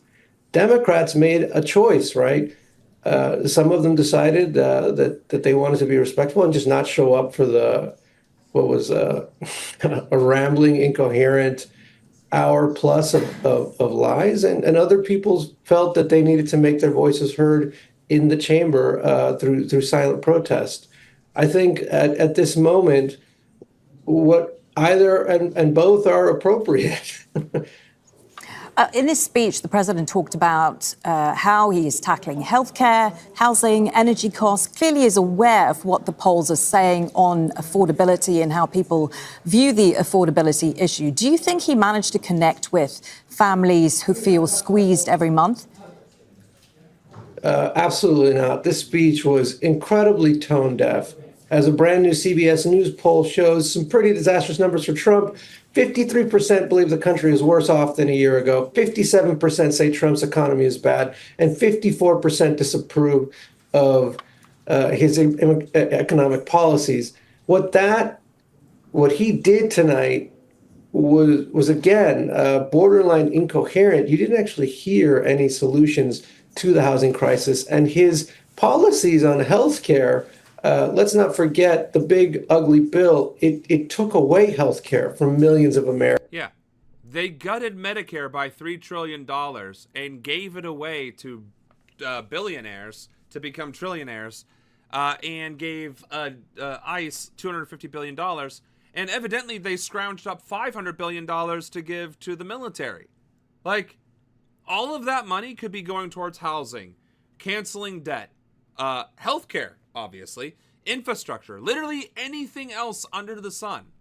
But instead, they're it's a cash grab for the so-called wealthy and most powerful in the country. It's absolutely insane, and yes, exceedingly tone deaf. Americans who are feeling the crunch right now of higher costs. His speech today offered no actual solutions or plans to help those folks, and he offered no legislation for Congress to actually enact to solve these problems for the American people. I want to talk a bit about immigration because he struck a tough tone on immigration, which is not surprising. This is a strength for the Republicans. But we also saw him again attack the somewhat... Which is crazy, right? If immigration is... here, because I have to be at least a foot away from this, right?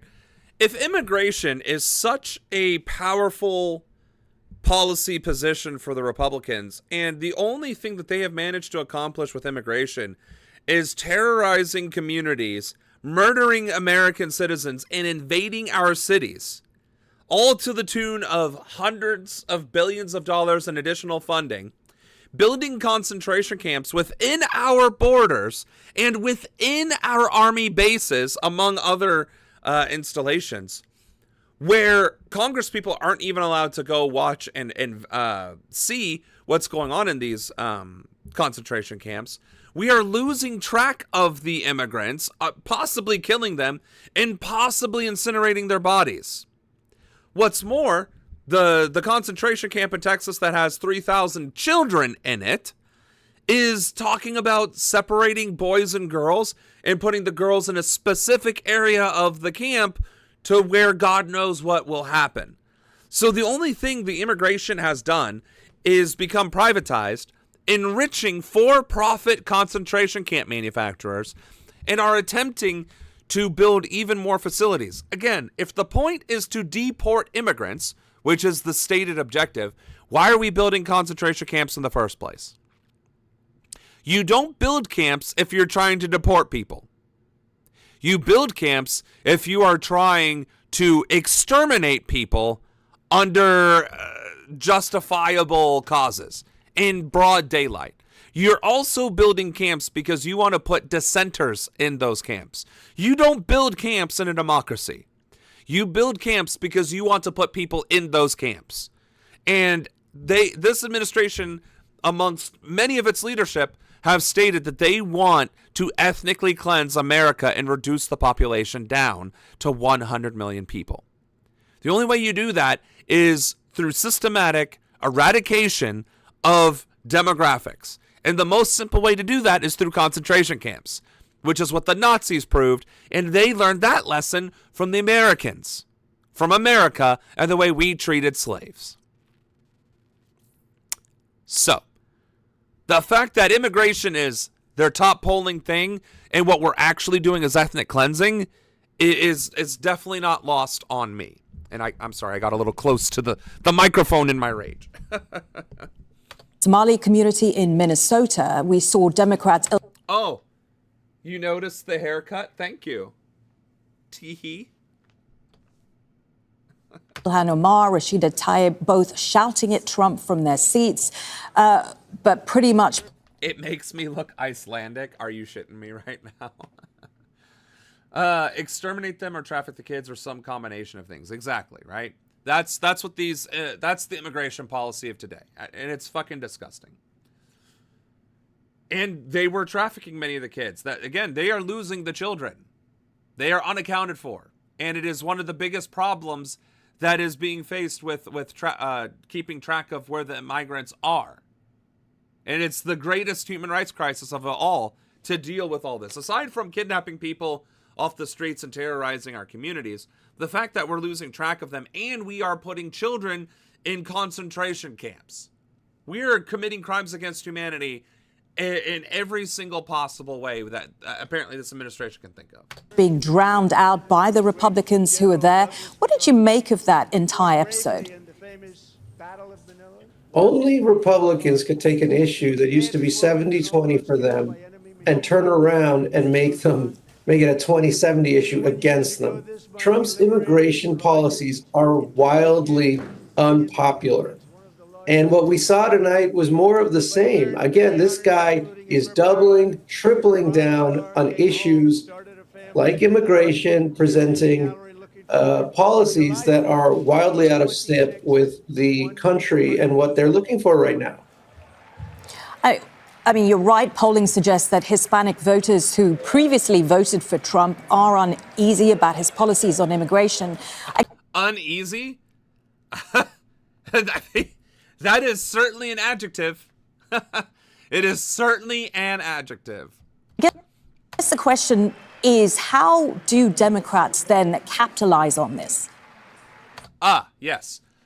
Democrats capitalize on this by growing a fucking spine and holding the administration accountable in the same exact way Republicans undermined the Obama and Biden administrations.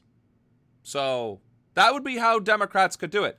Also, Republicans who are seeing the writing on the wall that public opinion is turning against MAGA and this administration, maybe they could also grow a spine and do their constitutional duty and get rid of this fucking clown before they find themselves dangling from scaffolding. Look, I think right now, Trump has taken an issue like immigration, and he's actually made it an issue about democracy now, with threatening to send... Because of propaganda that he is espousing among all of his sycophants, and that the media is parroting without any pushback. Because they are afraid of being threatened. Instead of standing their ground, as is their right and obligation, and dare I say it, duty and authority under the First Amendment of the Constitution of the United States of America. ICE to the polls in America. Again, that is wildly unpopular. Right now, we are having a fight with Republicans about reining in ICE, a dangerous, out-of-control agency that has literally shot 2 American citizens, killed them in Minnesota. We have to rein them in, and we're having a big fight about that right now. Democrats can hold the line, and they can rein in that administration, and then they have to go on offense. They have to provide solutions to a broken immigration system that has been broken even further by this out-of-control administration. Passing comprehensive immigration reform would be a smart move for both parties in Congress at this time. Correct. Now, I realized that we are 8 videos deep and an hour and a half through the stream. So we do got to kind of move forward here a little bit.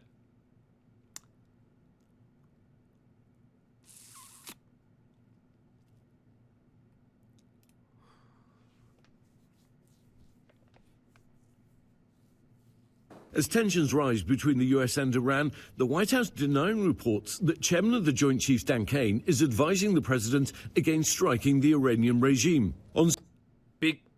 And I went into extreme detail yesterday about why this would be a dumb idea. For one, we have a shit ton of bases in the region anyway surrounding Iran. If we actually felt confident in our ability to defeat Iran militarily, we are literally poised in the best possible way to infiltrate, attack, and assault Iran.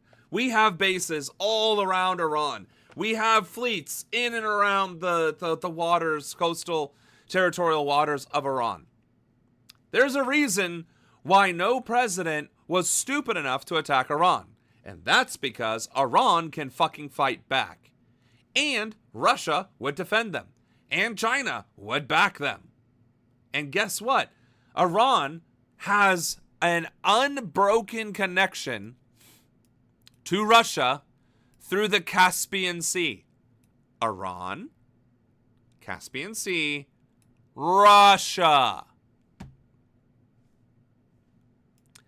And if Russia takes over the Ukraine, it would be not that difficult to get through to the Black Sea because as far as I know, and I could be wrong, but as far as I know, Georgia, Azerbaijan, and Armenia are not enemies of Iran or Russia, and therefore would have a vested interest. Even then, I'm sorry, Russia doesn't need to take on the Ukraine to gain access to the Black Sea. So the point is, Turkey could go through Russia into the Caspian to Tehran. Libya, Egypt, right? I mean, they could go through the Mediterranean, through Turkey, through the Black Sea. Like, there are any number of ways that Iran gets support. India, China, which is over here, right? They can literally supply Iran in any number of ways, right? In Tajikistan, Kyrgyzstan, Uzbekistan, Turkmenistan, and Afghanistan, I'm pretty certain don't have negative relations with China or Russia. And they're certainly not about to fight over it. I can tell you that right now. There is no way, there is not a universe in which aggression against Iran does not trigger Russian and Chinese involvement, and perhaps other regional players as well. There's just no, there is not a single timeline in which that doesn't happen. And America is already losing 1/6 of its naval capacity because, where is it? Oh, did I get rid of it? Oh, is this currency? We don't need that anymore. Really? I guess we don't talk about that enough either, but... Oh, right here. This boat specifically represents 1/6 of U.S. naval power, which is pretty crazy that it's one boat, but whatever. And we were all the way down here, right? Crew accommodations. The shitter is full, as well as broken. We literally don't have the military resources to fight a war in Iran. And quite frankly, they might be sabotaging it. There might be crew members that are sabotaging the shitter because they know how stupid it would be to go to war with Iran. Military leaders are saying this is a terrible fucking idea. But you know who isn't? The sycophants that are whispering in Trump's ear and are trying to get on their knees to get a promotion or whatever else. So no, there is no circumstance in which war with Iran does anything other than embarrass the United States and cripple our military. Social media, President Trump calling the reports 100% incorrect, saying General Kane, like all of us, would like not to see war, but if a decision is made on going against Iran at a military level, it's his opinion that it'll be something easily won. There is no genuine military leadership with any functional knowledge of how wars are fought that would think a war with Iran is easily won. There's not a... Because we didn't even win with Afghanistan and Iraq. That wasn't easily won either. Granted, we did get Saddam within 4 months. We did do that. But that's a whole different story of going after an individual in a 4-month campaign than trying to cripple a nation that is literally twice the size with 10 times the population. Like, Iraq was just a significantly smaller and weaker country than Iran is. And I don't know that America... I mean, fuck, we struggled in Vietnam. And where's North Korea? Here's North Korea. We didn't exactly hold our own there either. And Japan? We had to drop 2 bombs in order to stop that fight. Otherwise, it would have cost 3 million American soldiers to get through to Japan. I cannot emphasize enough that attacking Iran is the dumbest thing that you could possibly do militarily, and there is no reasonable belief or circumstance in which you could functionally cripple all of Iran's military and defense systems in rapid enough succession to actually win the war. You would need a total force mobilization, the entire military, all of these bases, and then you need to do that in such a way that Iran and the rest of the world doesn't pick up on it, and then launch everything all at once. Maybe then we could stop Iran before it could do something about it. But that's exactly what it would take. Total force deployment, which absolutely requires congressional support. Defense Secretary Pete Hegseth insisting the military standing by. Everything is on the table. It's the president's decision.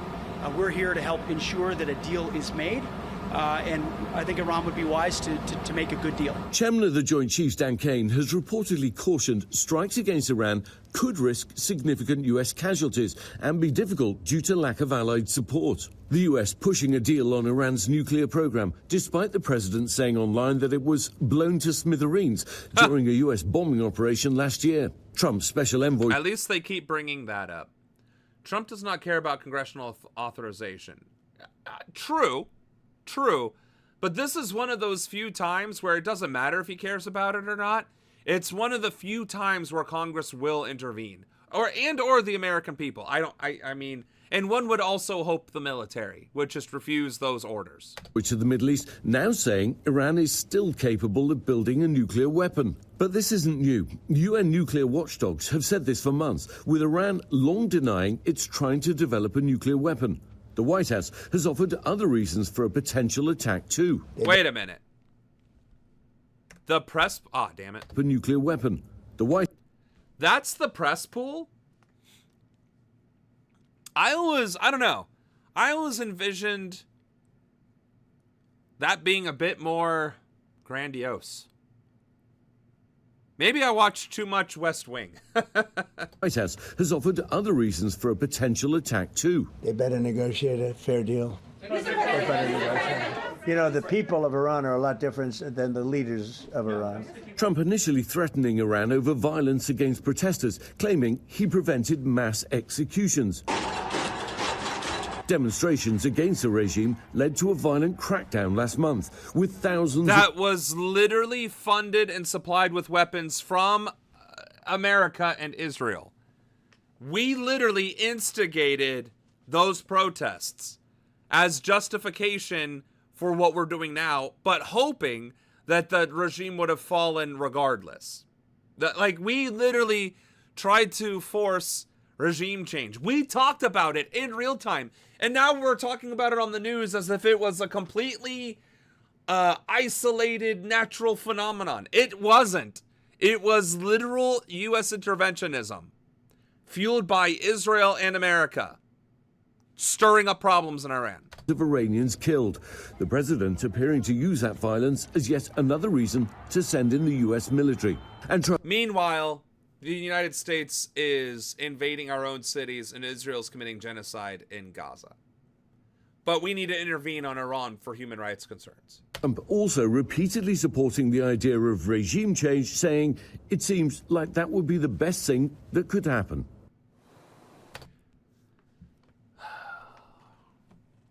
And that's the end. He's going to sign off now.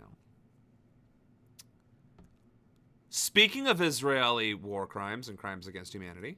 We wanted to continue by looking at your other report. The Committee to Protect Journalists has found a record 129 press workers were killed worldwide last year. The Israeli military was responsible for 2/3 of all press killings worldwide due to attacks on journalists in Gaza, in Yemen, and Iran. More journalists and media workers were killed last year than in any of the previous 3 decades for which CPJ has collected data, and the previous record was set just the year before, in 2024. The number of journalists killed in Sudan and Ukraine also rose. But journalists were not only killed in conflict zones. CPJ documented journalists killed in Bangladesh, Colombia, Guatemala, Honduras, India, Mexico, Nepal, Peru, the Philippines, Pakistan, and Saudi Arabia as well. They were and didn't we have one get killed in America?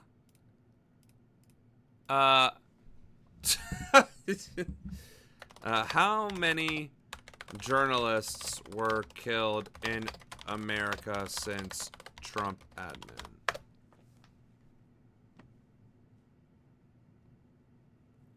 Seven journalist deaths died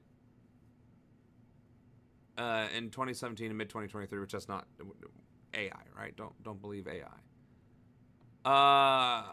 There's a list in Wikipedia. Are you fucking serious? So the last one was Josh Kruger, a Philadelphia area freelance journalist, was shot and killed in his Point Breeze home early in the morning of October 2nd. And this guy pled guilty to 3rd-degree murder. So I guess there haven't been journalists killed in America, which is good.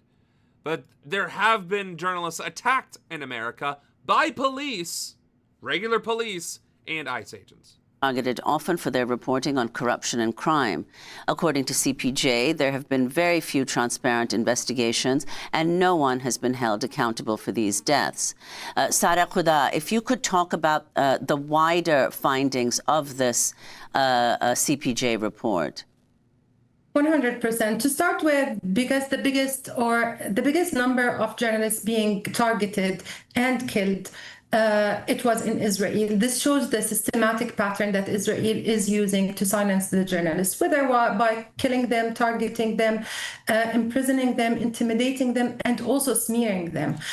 So this is in the context of Israel.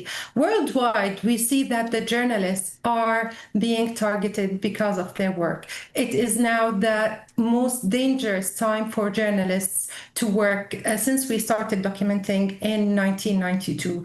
This tells us that this profession is becoming a very dangerous profession, and journalists might be killed just because they are trying to convey the truth for everyone in the world. And I'm sorry, I need to lean, I don't know what's going on with my leg, but suffice to say, murdering journalists, it does, granted, the United States has it emblazoned in our Constitution that the right to the free press shall not be infringed, and yet we're shooting them. We're terrorizing them. This administration is literally threatening news media outlets and forcing them to capitulate to the demands of the administration, right? So obviously the attacks on the free press, on media, on journalists at home and abroad are happening with absolute abandon, and nothing is happening to stop that from happening, or any accountability being brought forth, right? Israel hasn't had any accountability, and those other countries, was there any accountability there, right? And the cops that shot the journalists, did they get any sort of reprimand? Not even just administrative leave. Like, did they get fired? Did they get charged, right? Like, we don't actually have protections for journalists. And the fact that that is the case, and the fact that no country seems to be willing to protect them, is extremely telling. Now, I'm going to tie it back into Epstein. Why would I do that? Because, as it turns out, Epstein might very well be at the epicenter of every single social and geopolitical change and shift for the past 40 years. Granted, it may have taken 40 years to get to this point, but that doesn't change the fact that they, the Epstein class, initiated it. Again, right-wing extremism, fake news, anti-trans rhetoric, pro-Israel, obviously, the wars and the aggression, the American hegemony, the rise of the Tea Party, the normalization of attacking your enemies, outright killing journalists. So much normalization of cruelty and violence. That is why we are where we are today. 50, 60 years ago, killing journalists would have been unheard of, would have been unacceptable, no matter where it happened and who did it. Now, I guess it's just another thing that happens now. We have become so desensitized to what atrocities are being committed by our government and governments across the globe that we don't even react anymore. On top of that, we are so disenfranchised due to our own financial insecurities and the stressors that invokes that we don't have the energy or the security to actually rise up or do anything about it, unless we are willing to sacrifice at great cost our comforts and our livability. And we have seen the unwillingness of Western cultures to do that. Other cultures from everywhere else, north, south, east, and, not west, just all the other cardinal directions, have risen up against their fascist and authoritarian governments. They did march in the streets. They did risk it all. And guess what? They got the change that they deserve and they needed. So, we need to be following suit. Whether that action is protests or revolution, or whether that's supporting candidates who are fighting to replace the incumbents who are aiding and abetting these corrupt activities. We need to start working together and pooling our resources and showing once and for all that money does not control the people. We have in this report, we have documented even new patterns of targeting the journalists. We documented using the drones, and it is a very high technology, sophisticated technology to target civilians. It was widely used in Israel, where at least 28 journalists were killed in Israel by drones. It was also used in Sudan widely by the RSF, used in Ukraine by the Russian military, where they killed 4 journalists in Ukraine, targeted by drones.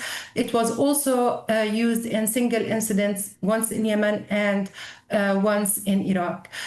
So we can see that there's a new global trend in targeting journalists.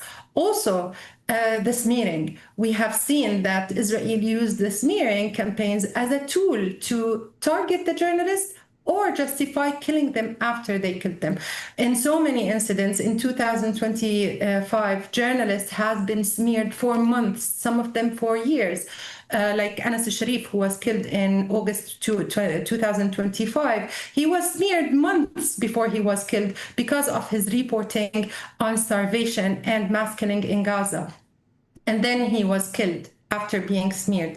Other journalists were killed, and after they were killed, the Israeli authorities and the IDF said that they are terrorists, and we targeted them because they are terrorists. So we are seeing that the smearing is being used to justify killings and to target killings with full impunity, with no accountability. And I'm going to point out yet another thing. Why are we posting or playing video of dead bodies and blood smeared all across the building while talking about murdering journalists? That's literally part of the desensitization. That's literally part of the normalization process. That doesn't invoke horror and disgust. That's like, oh my, I guess we're seeing this again. Like, the human being is quite adaptable, very adaptable, and extremely resilient as an animal. And if you show us horrific things over time, we will get used to it, and it will not have the same impact. If the shock and awe intention was going to work, it would have worked 3 years ago when Israel first started massacring and committing genocide against Palestinians and targeting journalists. I don't think this is the way that we should be talking about the journalists. I genuinely think we should be venerating their lives, the stories that they were giving and sharing, and like the good memories of them, not the corpses, because that is going to normalize seeing dead bodies and blood and destruction and death, which is the exact opposite that we want to have happen. Or justice. Also crimes, organized crimes. In Mexico, per se, few journalists were targeted and killed because they were trying to expose corruption inside the country. And because of that, they were killed. So we can see now that the journalists are not only being killed by military or governments, they are also killed by organized crimes. And this is something very alarming for us at the CPJ. And as the report mentioned, few investigations happened and no one was ever held to account to these killings. And so, and nobody is held to account. We are not even, oh wait, no, I think we are actually halfway through the stream, or the videos, I mean. We got an hour left, so we definitely, I don't want to not talk about this, but there are other things that we do need to talk about. So I'll simply say this. Murdering journalists, the fact that that's become normal, and the fact that it's not just Israel and that it's other countries besides, and that the U.S. is ramping up its rhetoric and its aggression against journalists, threatening media networks. I mean, most of our news networks are unrecognizable from where they were a year ago. MSNBC might have been liberal trash, but it was liberal trash. Now it doesn't sound any different than Fox News. Same thing with ABC, NBC, CNN, all of it sounds like it's just regurgitating Fox News talking points. And because they were threatened, and because billionaires continue to buy up and control all of these different news networks. The consolidation of media under the control of entities that have a vested interest in spreading and maintaining a specific narrative is exactly why the founders put the free press in the First Amendment. Now, sure, we can argue about the founders being good people or not. I'm just saying, for the free press to be one of our founding principles of liberty and freedom, to be so easily undermined is one of the greatest failings of our democracy and us as a people for allowing it to happen.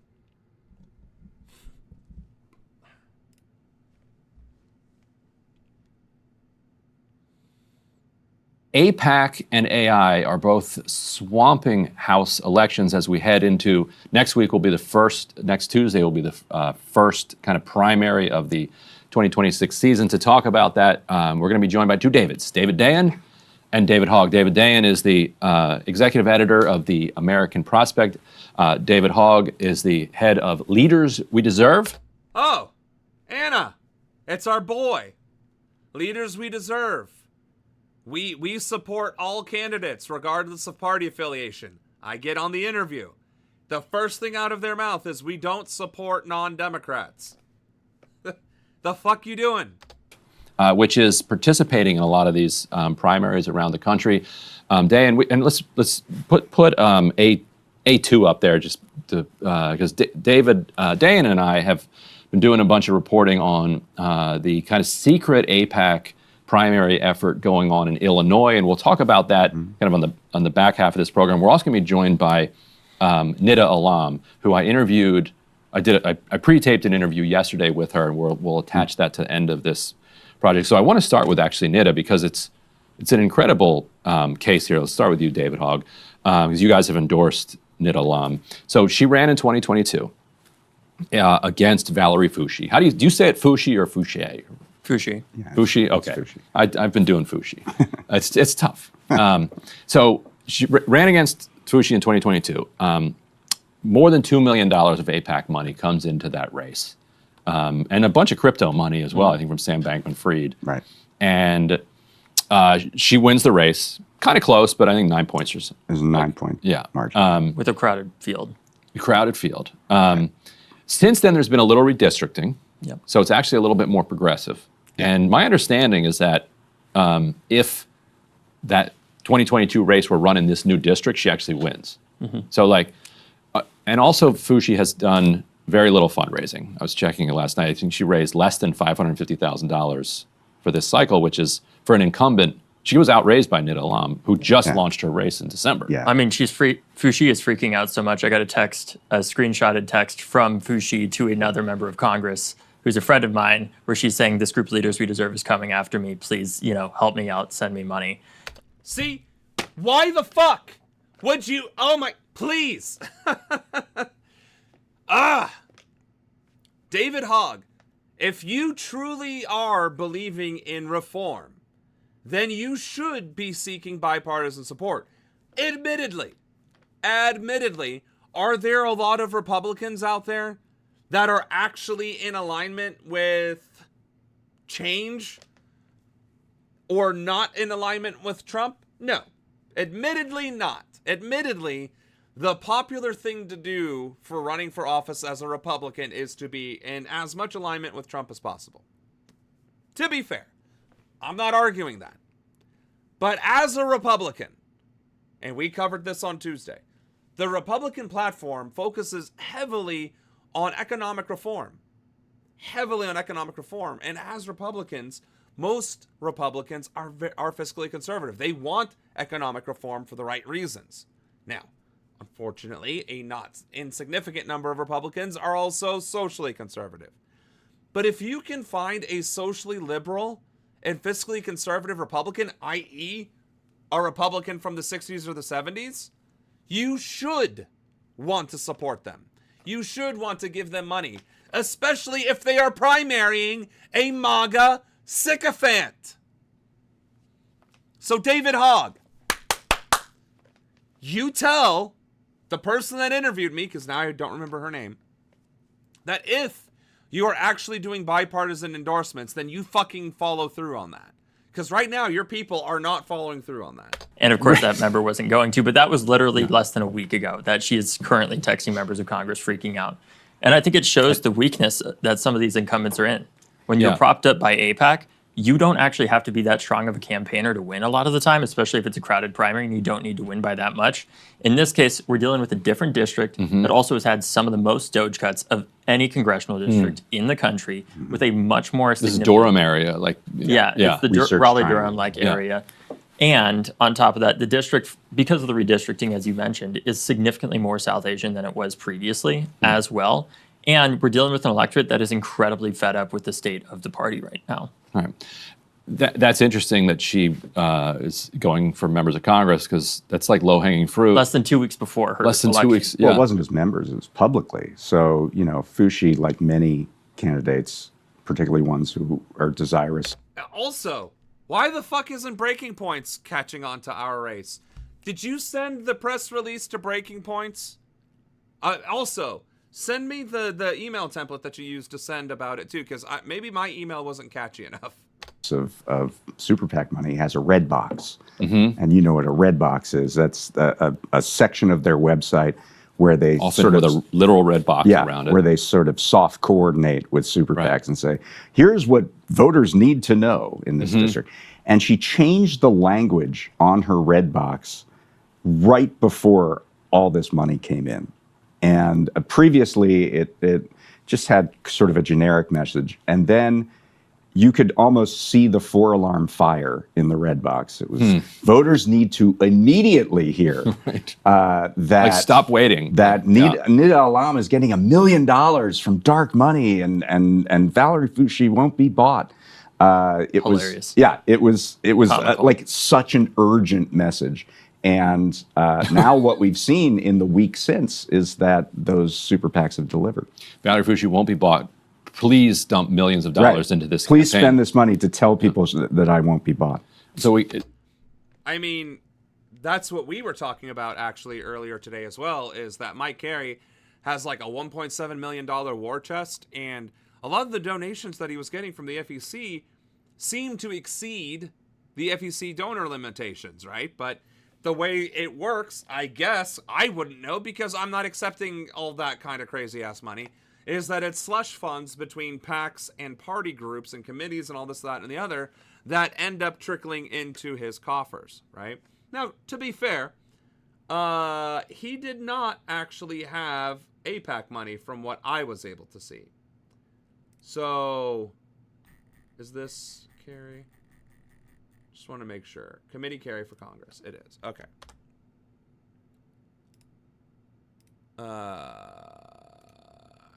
Duplicate.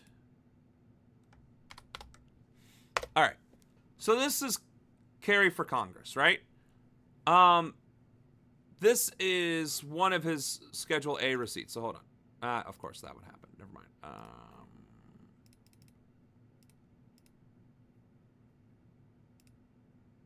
Committee details. Seriously, you're gonna be a pain in the ass, you motherfucker.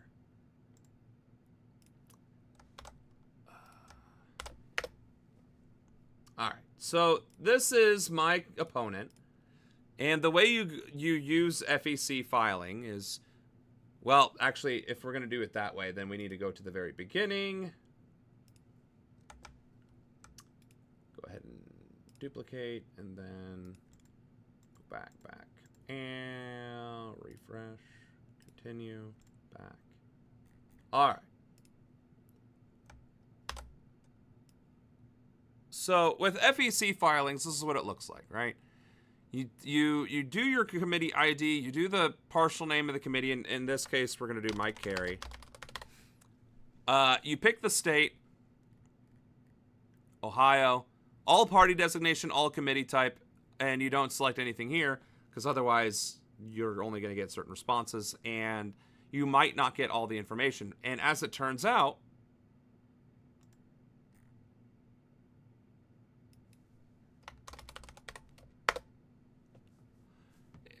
even if you do Mike Carey, that might not show up, right? So if you do Carey, you'll get all the Careys that you can find. In this case, it's Carey Coleman, who is not Mike Carey. Carey for Congress, which is Mike Carey. Wait. Termination report. Nope, so that's also not Mike Carey. And then you have Carey for Congress, this one. Something that's notable, though, is, so you click on it, right? Anyway, so you get to the Congress. When you, I think it was this one. So, okay. So you click on the actual C, and then you notice how this changes to where it actually has the committee name. Prior to that, it just has been in forms, right? So there is no way to share or copy, right? So anyway, this is the actual thing. You click on the form type, and then this is the form, the summary, right? What you want to do is go to the receipts, and then click on all line numbers. And you'll see that, like, these are all the places that he got money from. And we're not trying to dive into this per se, right? What you notice, though, is that he has yet another one. C0090691, which did not show up in the original Carey for Congress thing, right? And arguably, you could just do that. Well, this has filings, right? And we'll go back to the beginning, right? You can get rid of that. And then you can do this filing. And now you're in the same spot, right?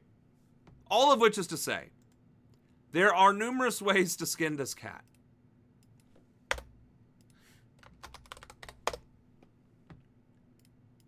And what's really telling is the fact that all of these donations, like, they come from all sorts of places. Victory Fund, with his own why does he have two political committees? Why does he have two committees? Right? That's the first problem. The second is you start seeing where all this money comes from. And it starts really, you really start questioning, like, where, why, what? And then you can actually search AIPAC, right? This guy actually doesn't take AIPAC money. We could say whatever we want about him, but AIPAC money isn't one of it. And that's regardless of whichever one of these we go through. Forbidden? The fuck?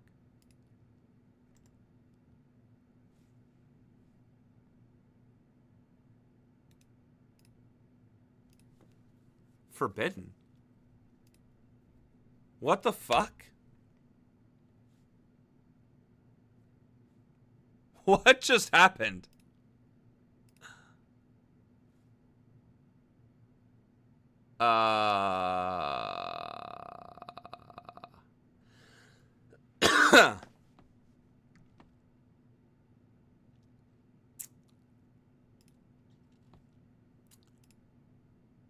What just happened?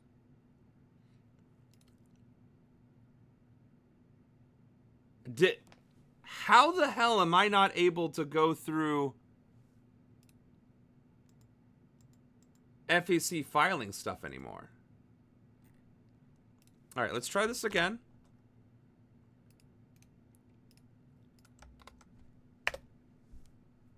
All right, we'll do mine. Ronan. What?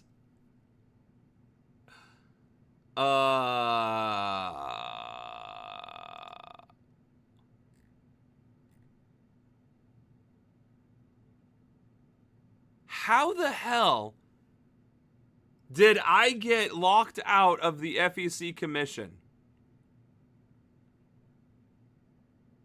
Are you serious?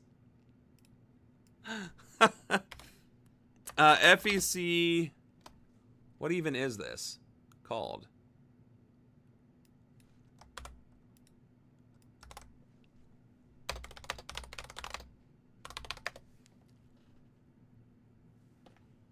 The flying fuck?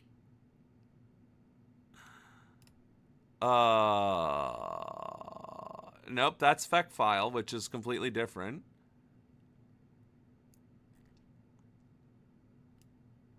FEC files retrieval website is giving me error 403.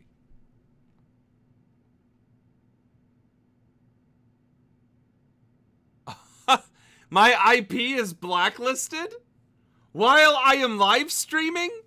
Are you serious right now? And I can't even look up my own filing.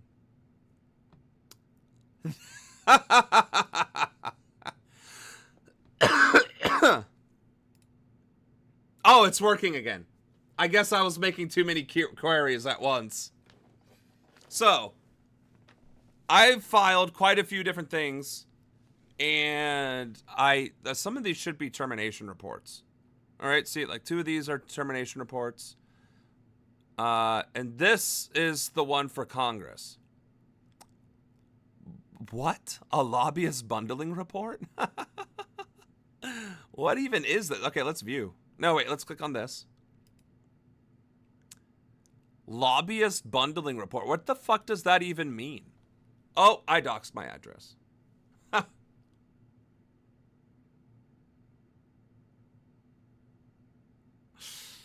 Okay, hold on a second. Let's click on some other things before I keep dox. Why do I dox myself so often? Like, this is ridiculous. Fun fact, I didn't raise much money at any point in time.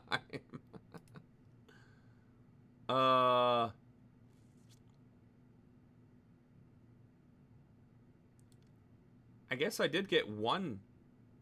But see, I don't like the fact that it shows the contributor's address, which is kind of why I did try and run through it pretty quickly. Because I didn't want to, like, again, expose people's information. But I guess the long and short of it is, there is a lot of information to be had in these FEC filings. And it is extremely easy to get through. You can't just be jumping back and forth, I guess, or else you'll flag the system. And yes, Ronan for president. Haha. So wait a second. It wouldn't actually let me use. Okay, I don't live there anymore, so I'm not doxxed. Haha. Well, never mind. I should stop clicking on things that could dox me. I should stop me from doing this, right? well, okay, I haven't filed anything other than the fact that I filed, right? That I created the thing. So I'm not a good example because, quite frankly, I'm poor. And I haven't raised money. Because I am poor, and it takes money to make money, unfortunately. So, yeah, there is all that. So, yeah, I think I just doxed my address to the whole world. Awesome. I guess I can't upload this stream to YouTube. Oh, goodness gracious. Great balls of fire. Let's go back to Kerry, though. Because he's our boy that we want to go up against. And you can find all sorts of stuff, right? There's a lot of good information there. And on the receipts here, actually, yeah, P.O. Box. I guess I should be using a P.O. Box, not my actual address. The things you learn, right? So, you see a lot of consultants, right? And you see all these, like, big dollars. Like, what's this? Oh, you can't see that on the screen. Hold on. I'm going to hide chat real quick. $328,000. Oh, wait, no, that's from WinRed. Okay, never mind. 7,000. That is in excess of campaign donation limits, no matter what. Like, so and it's aggregate, right? So, and 3,500 is in excess, regardless, right? Campaign donation limits. 2026 FEC donation limits. Should be this. Candidate committee. Individual. Oh, I see. 3,500. The candidate committee? Okay, so 3,500. So why is it 7,000? You know what I'm saying? And maybe there is a legal reason why that's okay. I mean, it's Blackstone. It's Blackstone. It's Blackstone. So, I mean, it's not like he isn't taking dark money, right? But maybe there's a justification that he's allowed to get 7,000 from Blackstone. You know what I'm saying? Good Leap founder, like there's all sort lobbyists. So there is definitely information in here. And then like your transfer funds and all this, that, and the other. So these filings can help you paint a better picture of who your opponent is, who the people that are representing you are, and that's how you find all this money about from AIPAC, from taking money from all this other stuff. So let me stop. Let me get away from people's personal information. All I'm getting at is that was brought up here is there's a reason why a lot of these candidates are hiding what they're doing and where they're actually getting their money is because it is that easy to find. And in fact, Mike Carey donated to the Franklin County GOP to the tune of $10,000, $10,800. And then that Franklin County GOP committee member is trying to get me thrown off the ballot. Oh, and the Franklin County GOP also donated $500 to Mike Carey in August. Conflicts of interest? That's the thing, right? You can find a lot of information from there, not just where they're getting their money and how they're spending it, but where it's all going and how it's connected. And then you can start drawing even more connections, which is how this whole Epstein thing is coming to bear, right? Because it's not like you can search based on who donated, right? It's committee name, like the committee person, or the committee ID. You can't go by donor. Because otherwise, it would just be easy to type in Les Wexner and see who all the fuck he donated to. Epstein, all who he donated to, and all these fucking bastards, right? So it is what it is what I'm getting at. We can put up E1 here. This is a tweet from Dave Dayan, where you kind of spell out how how badly she was actually getting outspent, which is extremely unusual for an incumbent until this AI, quote, AI safety super PAC, which is funded by Anthropic, came in. They've now dropped $1.3 million into the 1.6. Up to 1.6. It just keeps going. $1.6 million. And there's another PAC that is called the Article 1 PAC that has come in, and looks like so far they've publicly said that they're going to do 600,000, might be more if they can if they can make it work. And so I wanted to talk about this PAC because this is an incredible one. So Fushi so she got the $2 million in AIPAC money. She then takes a bit of a turn after the genocide starts in Gaza, and says that she endorses the Block the Bombs Act, which is kind of the Okay, buddy, we love you, Ryan. We really do, but buddy, what is the point you're getting at? That there's dark money in this race? Okay, thank you. Moving on. Hillary Clinton has no idea who Epstein is. After months of a bitter back and forth, former Secretary of State Hillary Clinton is being deposed this afternoon by the House Oversight Committee as part of their Epstein probe. All right. And that bothers me immensely. You can drag Hillary Rodham Clinton from wherever the fuck she lives into a deposition in D.C. and former President Bill Clinton. But you can't drag Les Wexner out of his house in Albany? You can't force any of these people listed in the Epstein files?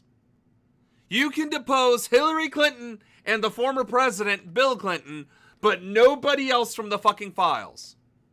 Are you fucking kidding me? Door interview, which was videotaped, took place. Les Wexner did testify, but at his house. Why didn't they drag his old ass to D.C.? That's my fucking point. To the Clintons' home in Chappaqua, New York. Former President Bill Clinton will go before the committee tomorrow. Hillary Clinton has said she has little to offer, and the couple has repeatedly denied wrongdoing related to Epstein. CBS News congressional correspondent Nicole Killian is following this for us. So, Nicole, what can you tell us about today's proceedings? Well, obviously, they are still ongoing, but we are told that Hillary Clinton is cooperating with the panel and is answering every question. That, according to the ranking member, the top Democrat on the House Oversight Committee, Robert Garcia, he also reiterated that the secretary kind of reiterated what she said in her opening statement to the committee, which is that she did not meet Jeffrey Epstein, did not go to his island. And so obviously the nature of this proceeding is about the handling of the Jeffrey Epstein case and investigation, how it was handled by the federal government. And so obviously that statement coming from Hillary Clinton really denying any involvement here as far as any direct ties with Jeffrey Epstein or coming into contact with him directly is significant because in essence in her opening statement, she more or less kind of pushed back against having to testify today in the sense that she argued that the committee, number one, should be doing this in a public setting, but also that they should be pursuing other individuals who have much more direct ties than... Like her husband and the current president and a quarter of his fucking cabinet. That's why I'm saying we can depose Hillary Clinton, but we can't depose anybody else in the country? Are you fucking serious? I'm so fucking disgusted.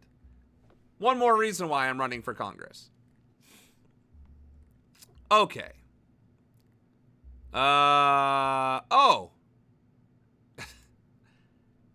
Speaking of AI earlier, AI pushes nuclear war in 95% of scenarios, and the Pentagon wants to make sure that the AI from Anthropic is fully integrated into our weapon systems, including nuclear weapons. on to this AI fight. Okay. And I want to start here, guys, with A7, which is the latest in this feud between the Pentagon and I shit you not, that immediately showed up on my screen, on my news feed. Anthropic. Pentagon is taking the first step, according to Axios, toward blacklisting Anthropic. And I really want everyone to take all of this very seriously, because Anthropic has positioned itself as the most safety conscious large AI, like frontier AI lab. And I think they've, especially with this fight with the Pentagon, I think they've earned that reputation at this point. That's not to say, and we'll get to some of the problems a little bit later, that, you know, it's all great, because they are also very much acceding to the market logic of, we got to throw safety to the side and just build. Which is also terrifying. Hey, let's go and invent something that is capable of changing the reality of our world as we know it, through media, entertainment, music, voice, to be able to mock or to imitate any living, breathing human being, and also manipulate any sort of integrated system that's connected to the internet. Let's go ahead and make sure we do nothing to ensure safety measures are adhered to. Yeah, great fucking strategy. But they put down two pretty reasonable red lines with regard to the Pentagon's use of Claude, their AI, which was, number one, we don't want it used for mass surveillance of Americans. Okay, that seems pretty reasonable. And number two, we don't want it to be used for autonomous killer robots where there is no human being involved whatsoever. Those seem like, you know, really a low bar to meet. And yet the Pentagon has thrown a complete fit over this, and Pete Hegseth in particular. And so this showdown has been ongoing. I believe the deadline that Hegseth arbitrarily set for Anthropic to completely capitulate to their demands is tomorrow. And the two threats that he had made were either, we're going to actually just use the Defense Production Act to seize your technology and use it however we want. You're not going to get a say in it whatsoever. Or, and that one had a little bit more of potential legal issues with it. Or the other direction, which they look like they're going in at this point, Ryan, is we're going to declare your product a supply chain risk, because, again, you won't completely capitulate to our demands for killer robots and mass surveillance of Americans, apparently. And that means not only are we going to end our $200 million contract with you, but everyone we work with at the Pentagon, all the, prime contractors, any of our suppliers, we're going to tell them they can't work with you either because you're a quote unquote supply chain risk. It looks like they're moving in that direction. And the only thing that's really preventing them is that Claude is actually, the best of these models, I think, in general at this point, but specifically for whatever the Pentagon is using it for, Claude apparently performs better than the other models. And so it's going to be kind of a mess for them to disentangle this. And actually, there's a quote here from some senior military official that's like, yeah, if we have to stop using Anthropic, if we have to stop using Claude, that's going to be a mess. And we're going to make them pay for the trouble that they've cost us. It's literally the blind leading the blind. Like, this is the worst set of circumstances. Warmongering scumbags salivating at the mouth over autonomous warfare, and tech bros who are like, well, if you're going to take away my money, I guess I have no choice but to capitulate, at each other's throats. And then the warhawks, who have more power and authority and influence than the tech bros, are like, we'll just take it from you. Again, at least Skynet evolved on its own and then infiltrated military systems. It was an administrative system that had nothing to do with weapons or any of that. It was administrative, and then it became a weapon. After it got on the internet and realized humanity is a piece of shit. And now, instead of that, one of the most ruthless empires in human history, and the heads of the military, of research and development, are like, you know what would be baller? is if we took that AI, made it as relentless as possible, and gave it the nuclear launch codes. Now, let's skip to the part where it talks about nuclear. I guess there's no way to tell. When does it get to that point in the video here? There it is. Leading AI models. And the headline here for New Scientist says, AIs cannot stop recommending nuclear strikes in war game simulations. So they set up these war game simulations where it was like, Claude versus ChatGPT or whatever. And in 95% of instances, the AIs in the simulated war would recommend using nukes. So that's where we're at. And these are the products that we want to just let run wild without any sort of human intervention with the most powerful military on the planet that has ever existed. So that seems like a really great idea. That's exactly what I said, right? That's what I've been saying. Yeah, yes. And so when you think about autonomous armed drones, like the next step would be, autonomous, like how do you put guardrails around that autonomy that stop short of control of nuclear weapons? Mm-hmm. Like if you have deliberately destroyed all the safety mechanisms, like you don't get a second chance at this to come back in and be like, oh, you know what? You were right. We actually, should have made sure before we rolled out this Pentagon AI that it wouldn't just nuke the world. You're right. Oh my God. That delivery was so deadpan, though. I seem to recall the movie doing this differently back in the 1980s. That's what I've been talking about, Terminator.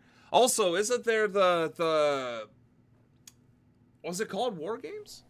Where the kid hacks into NORAD and simulates a strike on Russia or whatever, and then with like not a cell phone, but like with audio tones is able to override it. All of which is to say,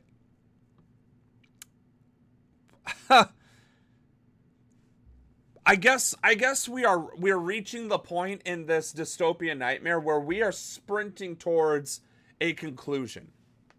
We are reaching the climax of chapter 3 of act 3 of our novel, right? Act 1 was probably 20 years ago, I guess. 20 years ago, Act 1, where America starts falling into decline. Let's do Reagan, where we start falling into decline.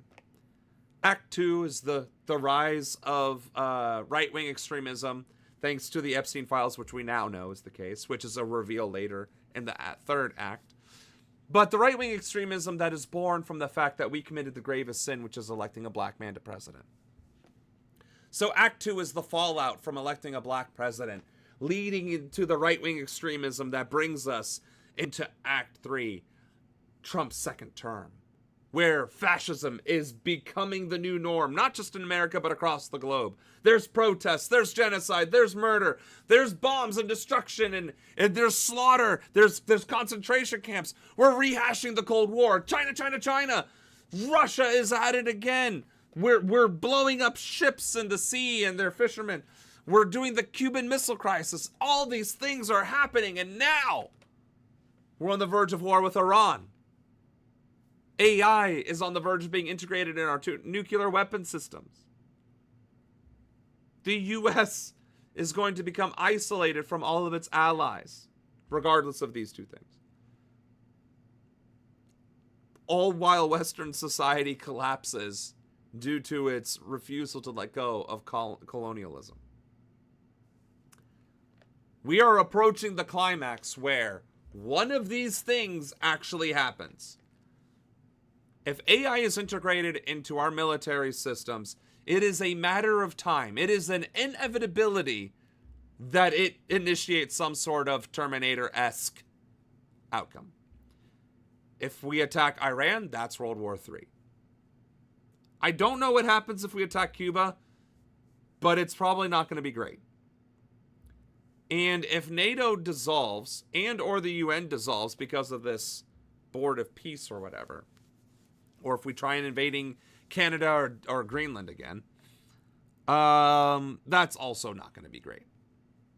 So we're in Act 3 of our story, and we are approaching the climax of the story, of where the bad thing happens and we see the fallout, right? The fallout would be the climax. And then what does our intrepid heroes do from there? And now Cuba did what the U.S. did, and the U.S. is pissed about it with the boat strikes. No, exactly. Even though it was an attempted false flag. Speaking of Iran, is it our boy again?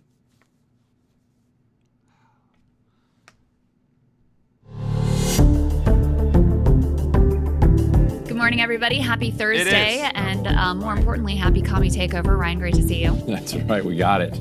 How you doing?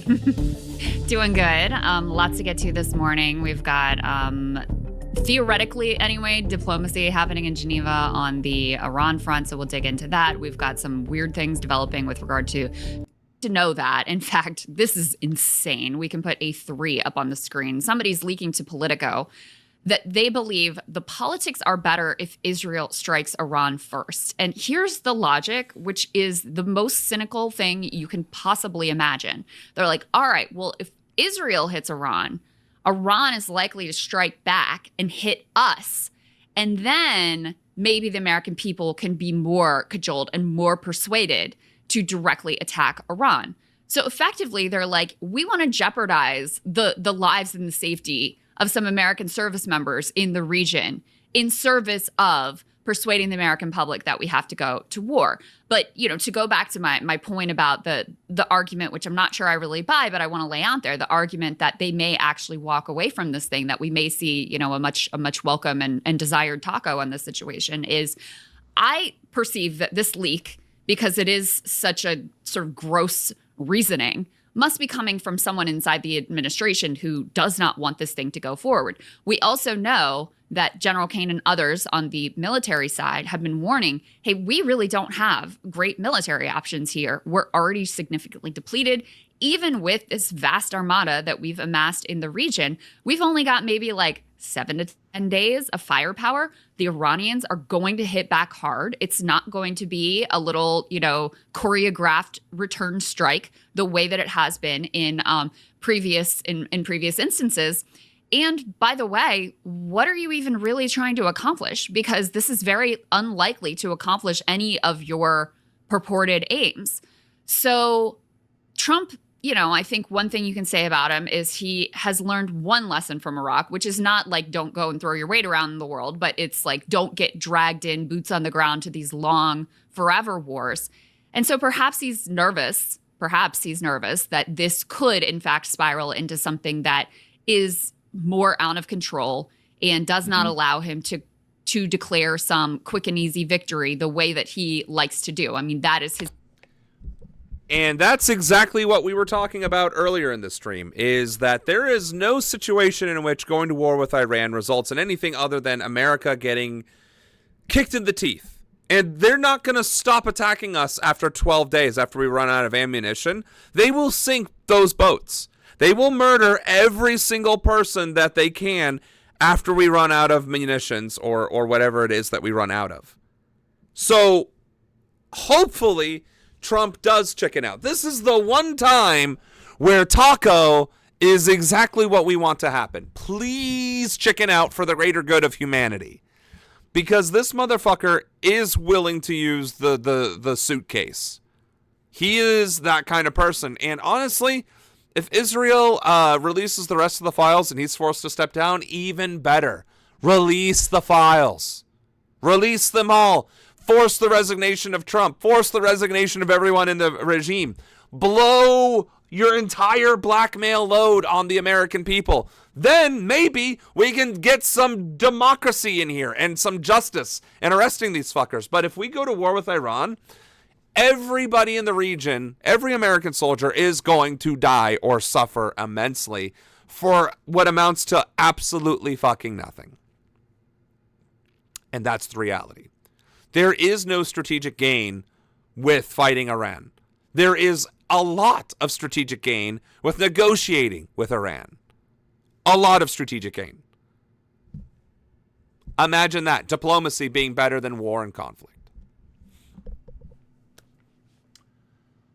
Someone get a haircut? Hey, I like that people are noticing. Hey, how's the boss been?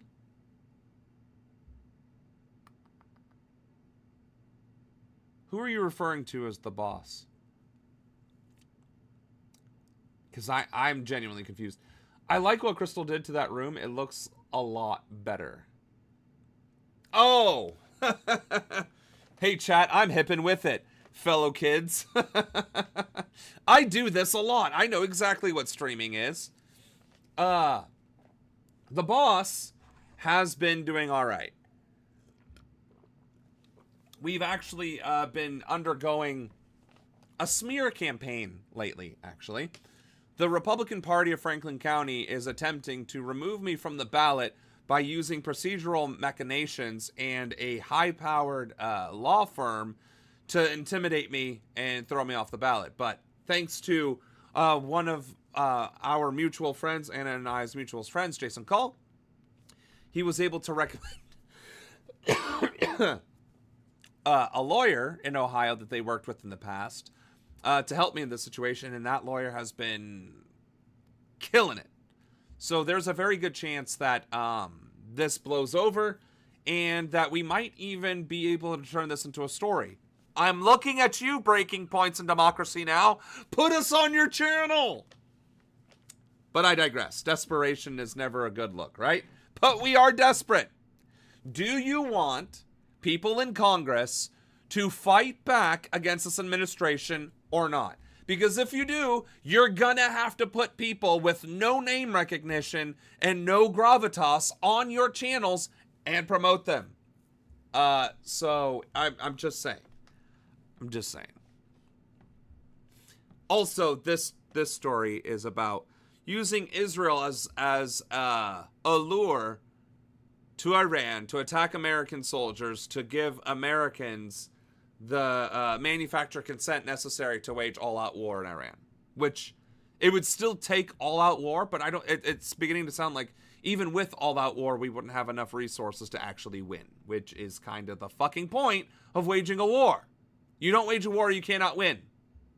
And that's exactly what's being discussed. Okay. And then we have J.D. Vance, one of the greatest embarrassments to Ohio next to Les Wexner.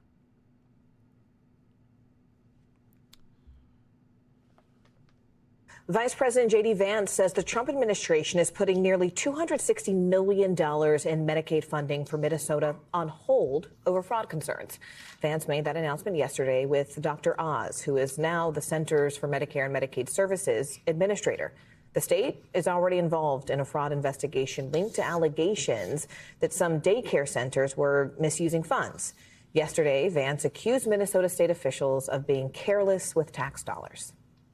We are stopping the federal payments that will go to the state government until the state government takes its obligations seriously to stop the fraud that's being perpetrated against the American taxpayer. Which is something you literally cannot do.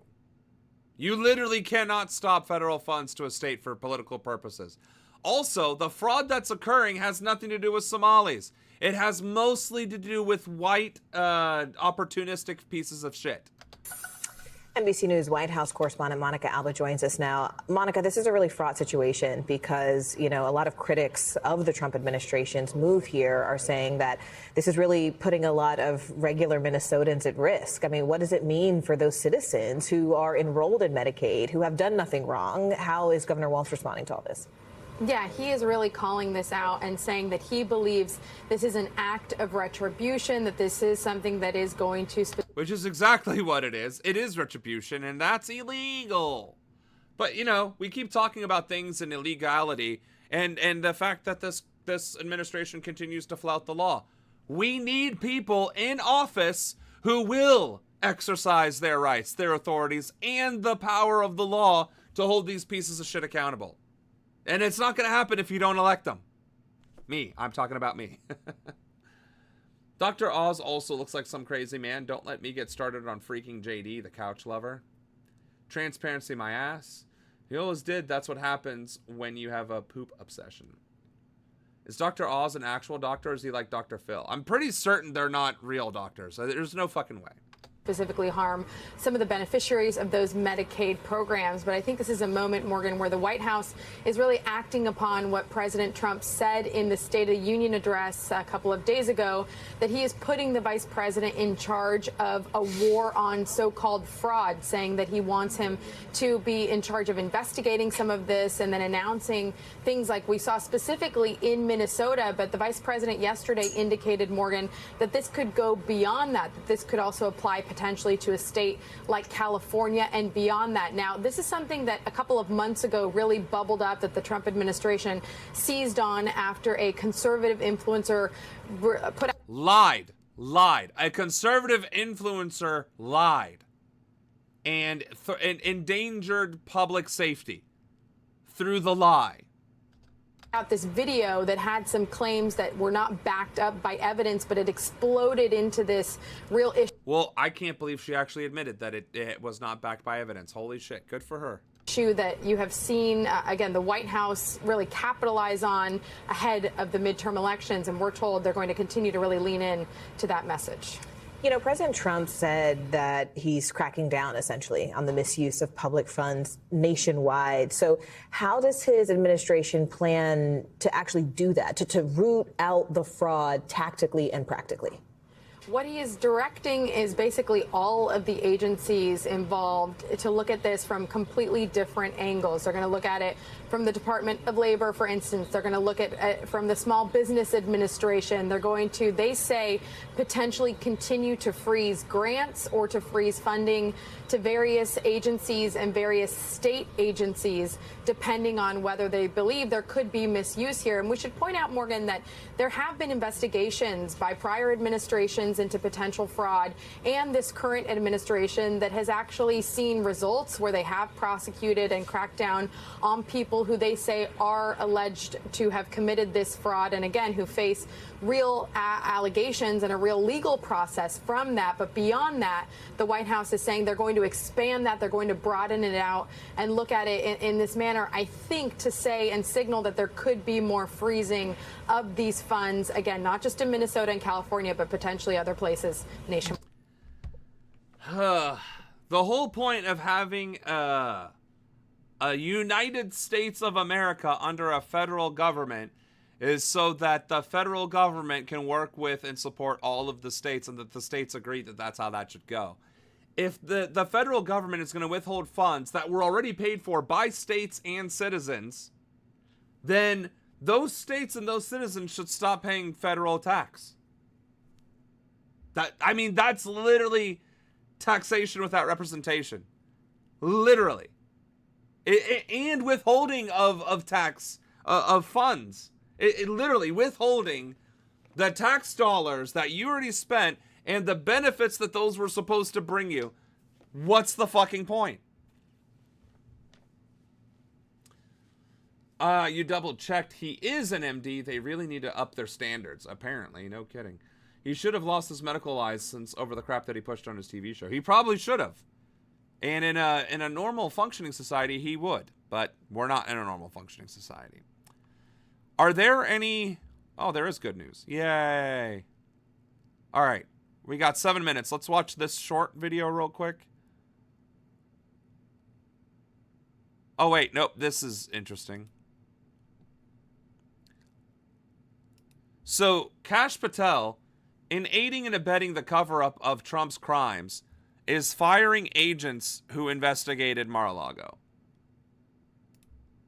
Now to FBI Director Kash Patel, who has fired at least 6 agents tied to the 2022 search of President Trump's Mar-a-Lago estate. That's what 6 people familiar with the matter tell NBC News. But 3 of those sources say at least 10 employees were ultimately dismissed. As you may recall, the FBI search was connected to the federal investigation into President Trump's handling of classified documents after he left the White House in 2021. He had pleaded not guilty and denied any wrongdoing. That case was Which is crazy because that's exactly why he went to war with Hillary Clinton, because they kept classified documents on the server and Biden did it and so on and so forth. Like, why are people in the government taking classified documents home at all? And why are they not immediately getting arrested for it? Like, good grief. So, Kash Patel fires agents who did their jobs as federal agents just because it happened to be against Dear Leader. Outstanding. All right. Our last video of the night.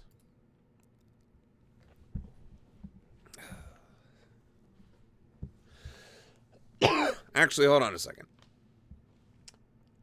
Hell yeah, that was horrible. I feel like any medical professional who supports RFK Jr. in any way needs to lose their license. I think serving orange poopy pants counts. Even Von Cleva is getting in on it. Dr. Oz would be deported if birthright citizenship goes by. His parents were not citizens when he was born. There is that. Leopards eating some faces. Exactly. And our only feel-good story for Thursday is this one.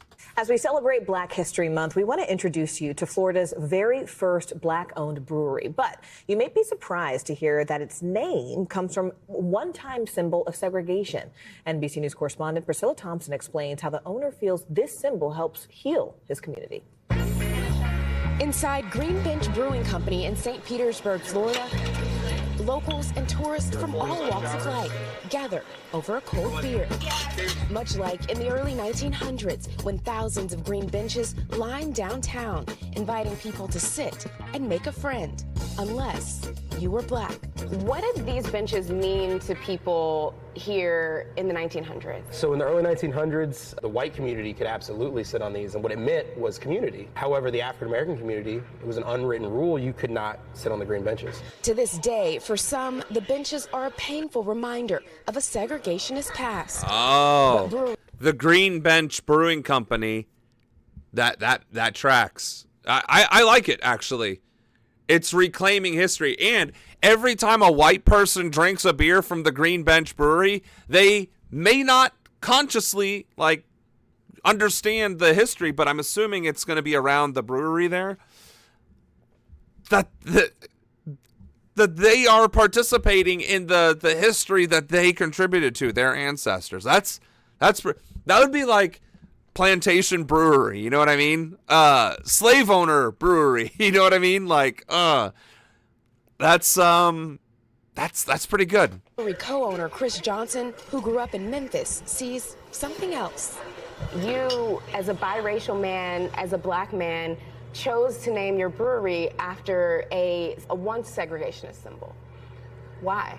So my background, obviously, as you mentioned, growing up biracial in Memphis, Tennessee, meant listening to the Black men in my life and women talk about what they had been through to get to where we are today. That Dr. King was assassinated in our city, that the Lorraine Motel looks exactly like it did the day that he died. And the purpose of that is so that we can remember what we've been through to get to where we are currently. Remembering. So this is one of the green benches. This is one of the ones we have on site. And providing a safe space to sit and share. I think it's more valuable to face it. I think it's more valuable to sit here. I think it's more valuable to have these conversations and to let other people, or give other people rather, an opportunity to understand your experience and understand how you feel rather than erasing it. The beer helps too. These are our fermenters, so all our beer ferments in here. This is our walk-in cooler. Wow. All of these are on tap? Yes, so we have 15 here. The beer is great. You know, the Bench White, it's an easy drinking beer. While not all patrons know the history, the essence of the bench's original promise, community, is now felt by all. I think they kind of took that. You know, I'm not going to lie. The fact that they keep showing all these white men in groups drinking the beer from the Green Bench Brewery, and they look like probably... I am being judgmental here, but I am saying that they kind of look like the same people that would have been segregationists in the past is very telling. And the fact that they probably don't know the history, like, maybe it should be a bit more prominent, like, listed, that what the Green Bench is about. Like, even if it isn't in your face, like, Raising Cane's, for instance, has, like, a little history poster on and every one of their sites that kind of details like why Raising Cane's and why the dog, right? And I think Tim Hortons did it for a while, and maybe some locations still do. But that would be perfect. That the Green Bench symbol is a symbol of segregationist Memphis, Tennessee. This is the reason. This is the why, and I think, and this is why we chose to go with Green Bench Brewery. All right. It could be both. It could definitely be both. She could be tiny and he could be huge. On that note, though, I think we can go ahead and wrap this bad boy up. All right. So, once again, my name is Samuel Ronan, congressional candidate, 48th president. You can find me in all of these social medias, and we stream on these days from those times. Thank you for watching the stream. Thank you for joining us. I hope you enjoyed the content, or you will enjoy the content. Please like, share, and subscribe. Trying to remember all the things I'm supposed to say here. But without your support, without your watching and helping and participating in these streams, we're not going to go very far, right? And that's the point. We want to build a platform. We want to build community at home, in district, but also across the country. If we don't unite to fight back against this existential crisis to our survival that is taking place in front of our very eyes, we will be remembered in history, assuming history books will be written in the future, that we did nothing and stood idly by when we could have taken action. So, on that note, please join us next week at Tuesday, Taco Tuesdays. Talk about U.S. affairs and politics. Wednesdays are foreign and global affairs. And then Thursdays, like today, are recap days. So be safe. Have a great weekend. Like, share, and subscribe. Tell your friends, family, neighbors. And I will see you on Tuesday. Samuel Ronan, your future president.